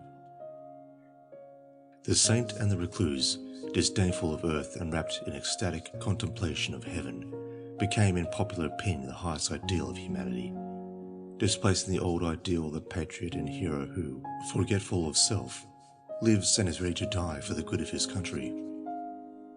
The earthly cities seemed poor and contemptible to men whose eyes beheld the city of God coming in the clouds of heaven. Thus the centre of gravity, so to say, was shifted from the present to a future life. And however much the other world may have gained, there can be little doubt that this one lost heavily by the change. A general disintegration of the body politic set in. The ties of the state and the family were loosened, the structure of society tended to resolve itself into its individual elements, and thereby to relapse into barbarism. For cultivation is only possible through the active cooperation of the citizens and their willingness to subordinate their private interest to the common good. Men refused to defend their country and even to continue their kind. In their anxiety to save their own souls and the souls of others, they were content to leave the material world, which they identified with the principle of evil, to perish around them. This obsession lasted for 1,000 years. The revival of Roman law, of the Aristotelian philosophy, of ancient art and literature at the close of the Middle Ages, marked the return of Europe to native ideals of life and conduct, to saner, manlier views of the world. The long halt in the march of civilization was over. The tide of Oriental invasion had turned at last. It is ebbing still. Popularity of the worship of Mithra, its resemblance to Christianity and its rivalry with that religion. The festival of Christmas borrowed by the Church from the religion of Mithra. Among the gods of Eastern origin who in the decline of the ancient world competed against each other for the allegiance of the West was the old Persian deity Mithra. The immense popularity of his worship is attested by the monuments illustrative of it, which have been found scattered in profusion all over the Roman Empire. In respect both of doctrines and of rites, the cult of Mithra appears to have presented many points of resemblance, not only to the religion of the Mother of the Gods, but also to Christianity. The similarities struck the Christian doctors themselves, and was explained by them as a work of the devil, who sought to seduce the souls of men from the true faith by a false and insidious imitation of it. So to the Spanish conquerors of Mexico and Peru, many of the native heathen rites appear to be diabolical counterfeits of the Christian sacraments. With more probability, the modern student of comparative religion traces such resemblances to the similar and independent workings of the mind of man in his sincere, if crude, attempts to fathom the secret of the universe and to adjust his little life to its awful mysteries. However that may be, there can be no doubt that the Mithraic religion proved a formidable rival to Christianity, combining as it did a solemn ritual with aspirations after moral purity and a hope of immortality. Indeed, the issue of the conflict between the two faiths appeared for a time to have hung in the balance. An instructive relic of the long struggle is preserved in our festivals of Christmas, which the Church seems to have borrowed directly from its heathen rival. In the Julian calendar, the 25th of December was reckoned the winter solstice, and it was regarded as the nativity of the sun because the day begins to lengthen and the power of the sun to increase from that turning point of the year. The ritual of the nativity, as it appears to have been celebrated in Syria and Egypt, was remarkable. The celebrants retired into certain inner shrines, from which at midnight they issued with a loud cry. The Virgin is brought forth, the light is waxing. The Egyptians even represented the newborn sun by the image of an infant, which on his birthday, the winter solstice, they brought forth and exhibited to his worshippers. No doubt the Virgin who thus conceived and bore a son on the 25th of December was a great Oriental goddess, whom the Semites called the Heavenly Virgin, or simply the Heavenly Goddess. In Semitic lands, she was a form of Astarte. Now Mithra was regularly identified by his worshippers with the sun, the unconquered sun as they called him, hence his nativity also fell on the 25th of December. The Gospels say nothing as to the day of Christ's birth, and accordingly the early church did not celebrate it. In time, however, the Christians of Egypt came to regard the 6th of January as the date of the Nativity, and the custom of commemorating the birth of the Saviour on that day gradually spread until the 4th day it was universally established in the East.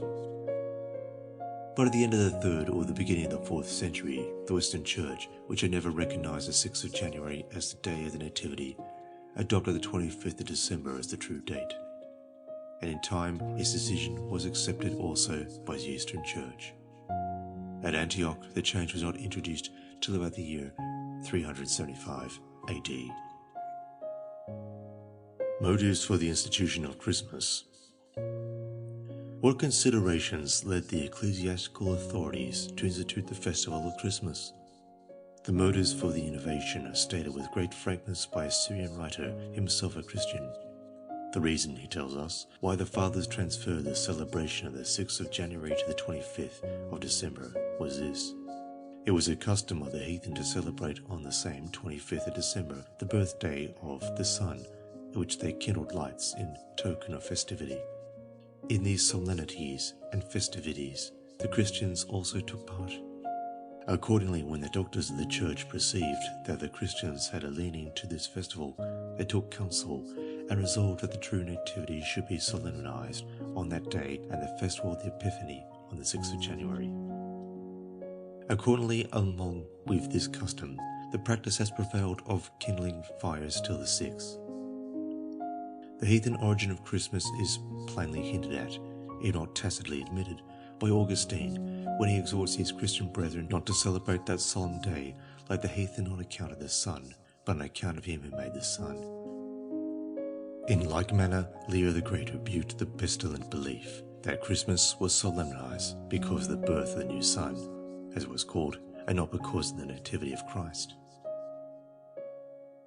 The Easter celebration of the death and resurrection of Christ appears to have been assimilated to the celebration of the death and resurrection of Attis, which was held at Rome at the same season, heathen festivals displaced by a Christian. Thus it appears that the Christian Church chose to celebrate the birthday of its founder on the 25th of December in order to transfer the devotion of the heathen from the sun to him who was called the Son of Righteousness. If that was so, there can be no intrinsic improbability in the conjecture that motives of the same sort may have led the ecclesiastical authorities to assimilate the Easter festival of the death and resurrection of their Lord to the festival of the death and resurrection of another Asiatic god, which fell at the same season. Now the Easter rites still observed in Greece, Sicily and southern Italy bear in some respects a striking resemblance to the rites of Adonis, and I suggested that the Church may have consciously adapted the new festival to its heathen predecessor for the sake of winning souls to Christ. But this adaptation probably took place in the Greek-speaking rather than in the Latin-speaking parts of the ancient world. For the worship of Adonis, while it flourished among the Greeks, appears to have made little impression on Rome and the West. Certainly it never formed part of the official Roman religion. The place which it might have taken in the affections of the vulgar was already occupied by the similar but more barbarous worship of Attis and the Great Mother. Now the death and resurrection of Attis were officially celebrated at Rome on the 24th and 25th of March, the latter being regarded as a spring equinox, and therefore as the most appropriate day for the revival of a god of vegetation who had been dead or sleeping throughout the winter. But according to an ancient and widespread tradition, Christ suffered on the 25th of March, and accordingly some Christians regularly celebrated the crucifixion on that day without any regard to the state of the moon. This custom was certainly observed in Phrygia, Cappadocia, and Gaul, and there seem to be grounds for thinking that at one time it was followed also in Rome. Thus the tradition was placed, the death of Christ on the 25th of March was ancient and deeply rooted. It is all the more remarkable because astronomical considerations prove that it can have had no historical foundation. The inference appears to be inevitable that the Passion of Christ must have been arbitrarily referred to that date in order to harmonize with an older festival of the spring equinox.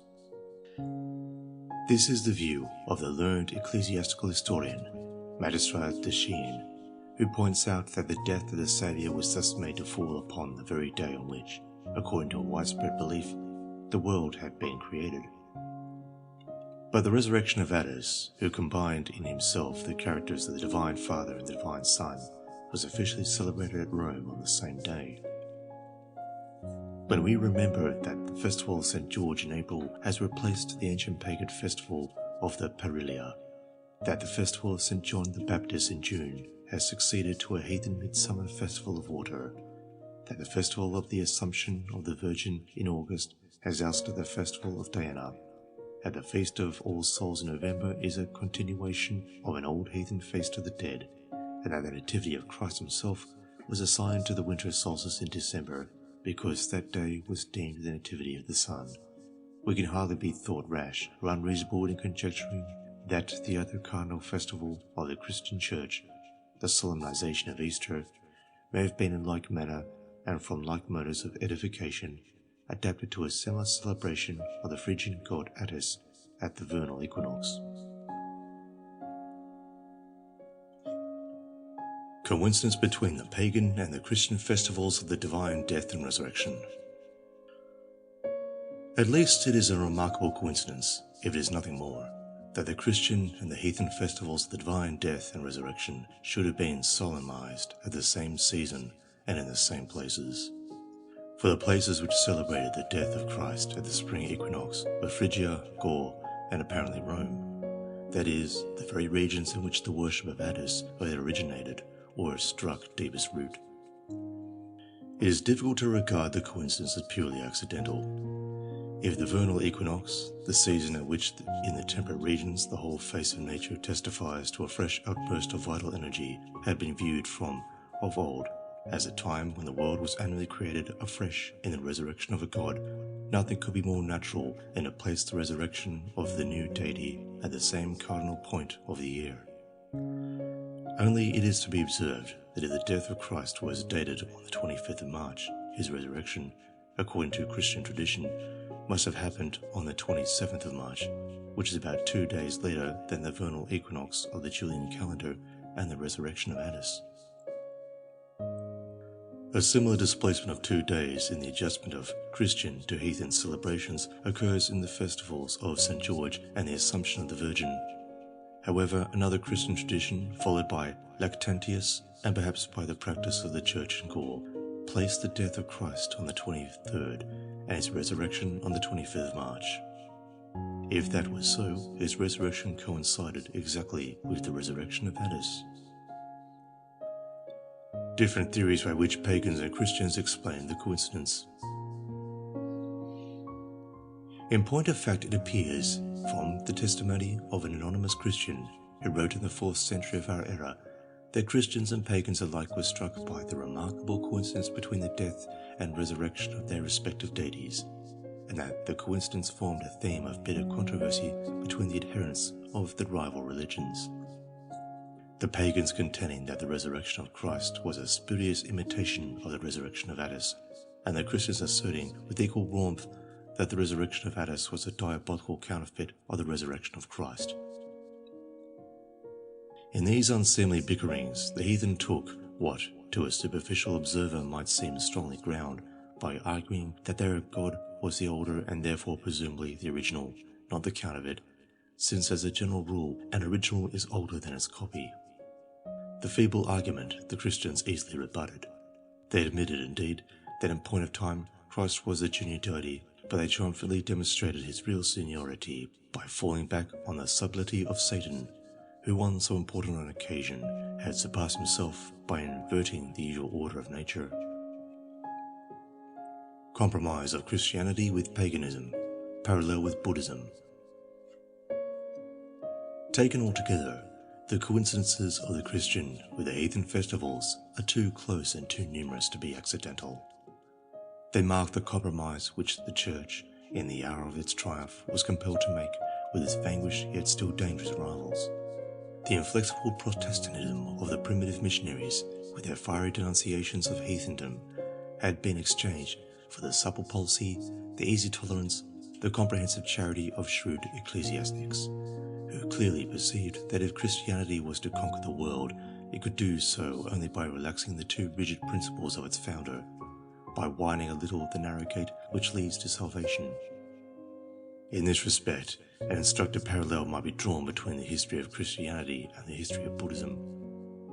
Both systems were in their origin essentially ethical reforms, born of the generous ardor, the lofty aspirations, the tender compassion of their noble founders. Two of those beautiful spirits who appear at rare intervals on earth like beings come from a better world to support and guide our weak and erring nature. Both preached moral virtue as the means of accomplishing what they regarded as the supreme object of life, the eternal salvation of the individual soul, though by curious antithesis, the one sought that salvation in a blissful eternity, the other in a final release from suffering in annihilation. But the austere ideals of sanctity which they inculcated were too deeply opposed not only to the frailties but to the natural instincts of humanity, ever to be carried out in practice by more than a small number of disciples who consistently renounced the ties of the family and the state in order to work out their own salvation in the still seclusion of the cloister. If such faiths were to be nominally accepted by whole nations or even by the world, it was essential that they should first be modified or transformed so as to accord in some measure with the prejudices, the passions, the superstitions of the vulgar.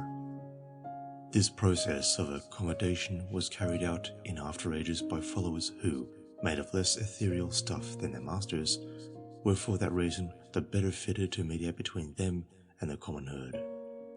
Thus, as time went on, the two religions, in exact proportion to their growing popularity, absorbed more and more of those baser elements which they had been instituted for the very purpose of suppressing. Such spiritual decadences are inevitable. The world cannot live at the level of its great men, yet it would be unfair to the generality of our kind to ascribe wholly to their intellectual and moral weakness the gradual divergence of Buddhism and Christianity from their primitive patterns. For it should never be forgotten that by their glorification of poverty and celibacy, both these religions struck straight at the root not merely of civil society but of human existence. The blow was parried by the wisdom or the folly of the vast majority of mankind who refused to purchase a chance of saving their souls with the certainty of extinguishing the species. Chapter 7. Hyacinth. The Greek hyacinth interpreted as the vegetation which blooms and withers away. Another mythical being who has been supposed to belong to the class of gods here discussed is Hyacinth. He too has been interpreted as a vegetation which blooms in spring and withers under the scorching heat of the summer sun. Though he belongs to Greek, not to Oriental mythology, some account of him may be out of place in the present discussion. According to the legend, Hyacinth was the youngest and handsomest son of the ancient king Amyclas, who had his capital at Amyclae in the beautiful vale of Sparta. One day, playing at quoits with Apollo, he was accidentally killed by a blow of the god's quilt. Bitterly, the god lamented the death of his friend. The hyacinth, that sanguine flower inscribed with woe, sprang from the blood of the hapless youth, as anemones and roses from the blood of Adonis, and violets from the blood of Attis.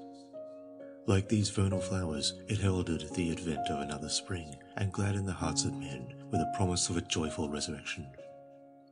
The flower is usually supposed to be not what we call a hyacinth, but a little purple iris with the letters of lamentation, Ai, which in Greek means alas, clearly inscribed in black on its petals. In Greece it blooms in spring after the early violets but before the roses. One spring when the hyacinths were in bloom, it happened that the red-coated Spartan regiments lay encamped under the walls of Corinth. Their commander gave the Amyclaean battalion leave to go home and celebrate as usual the festival of Hyacinth in their native town. But the sad flower was to be to these men an omen of death, for they had not gone far before they were enveloped by clouds of light-armed foes and cut to pieces. The tomb and the festival of Hyacinth at Amyclae.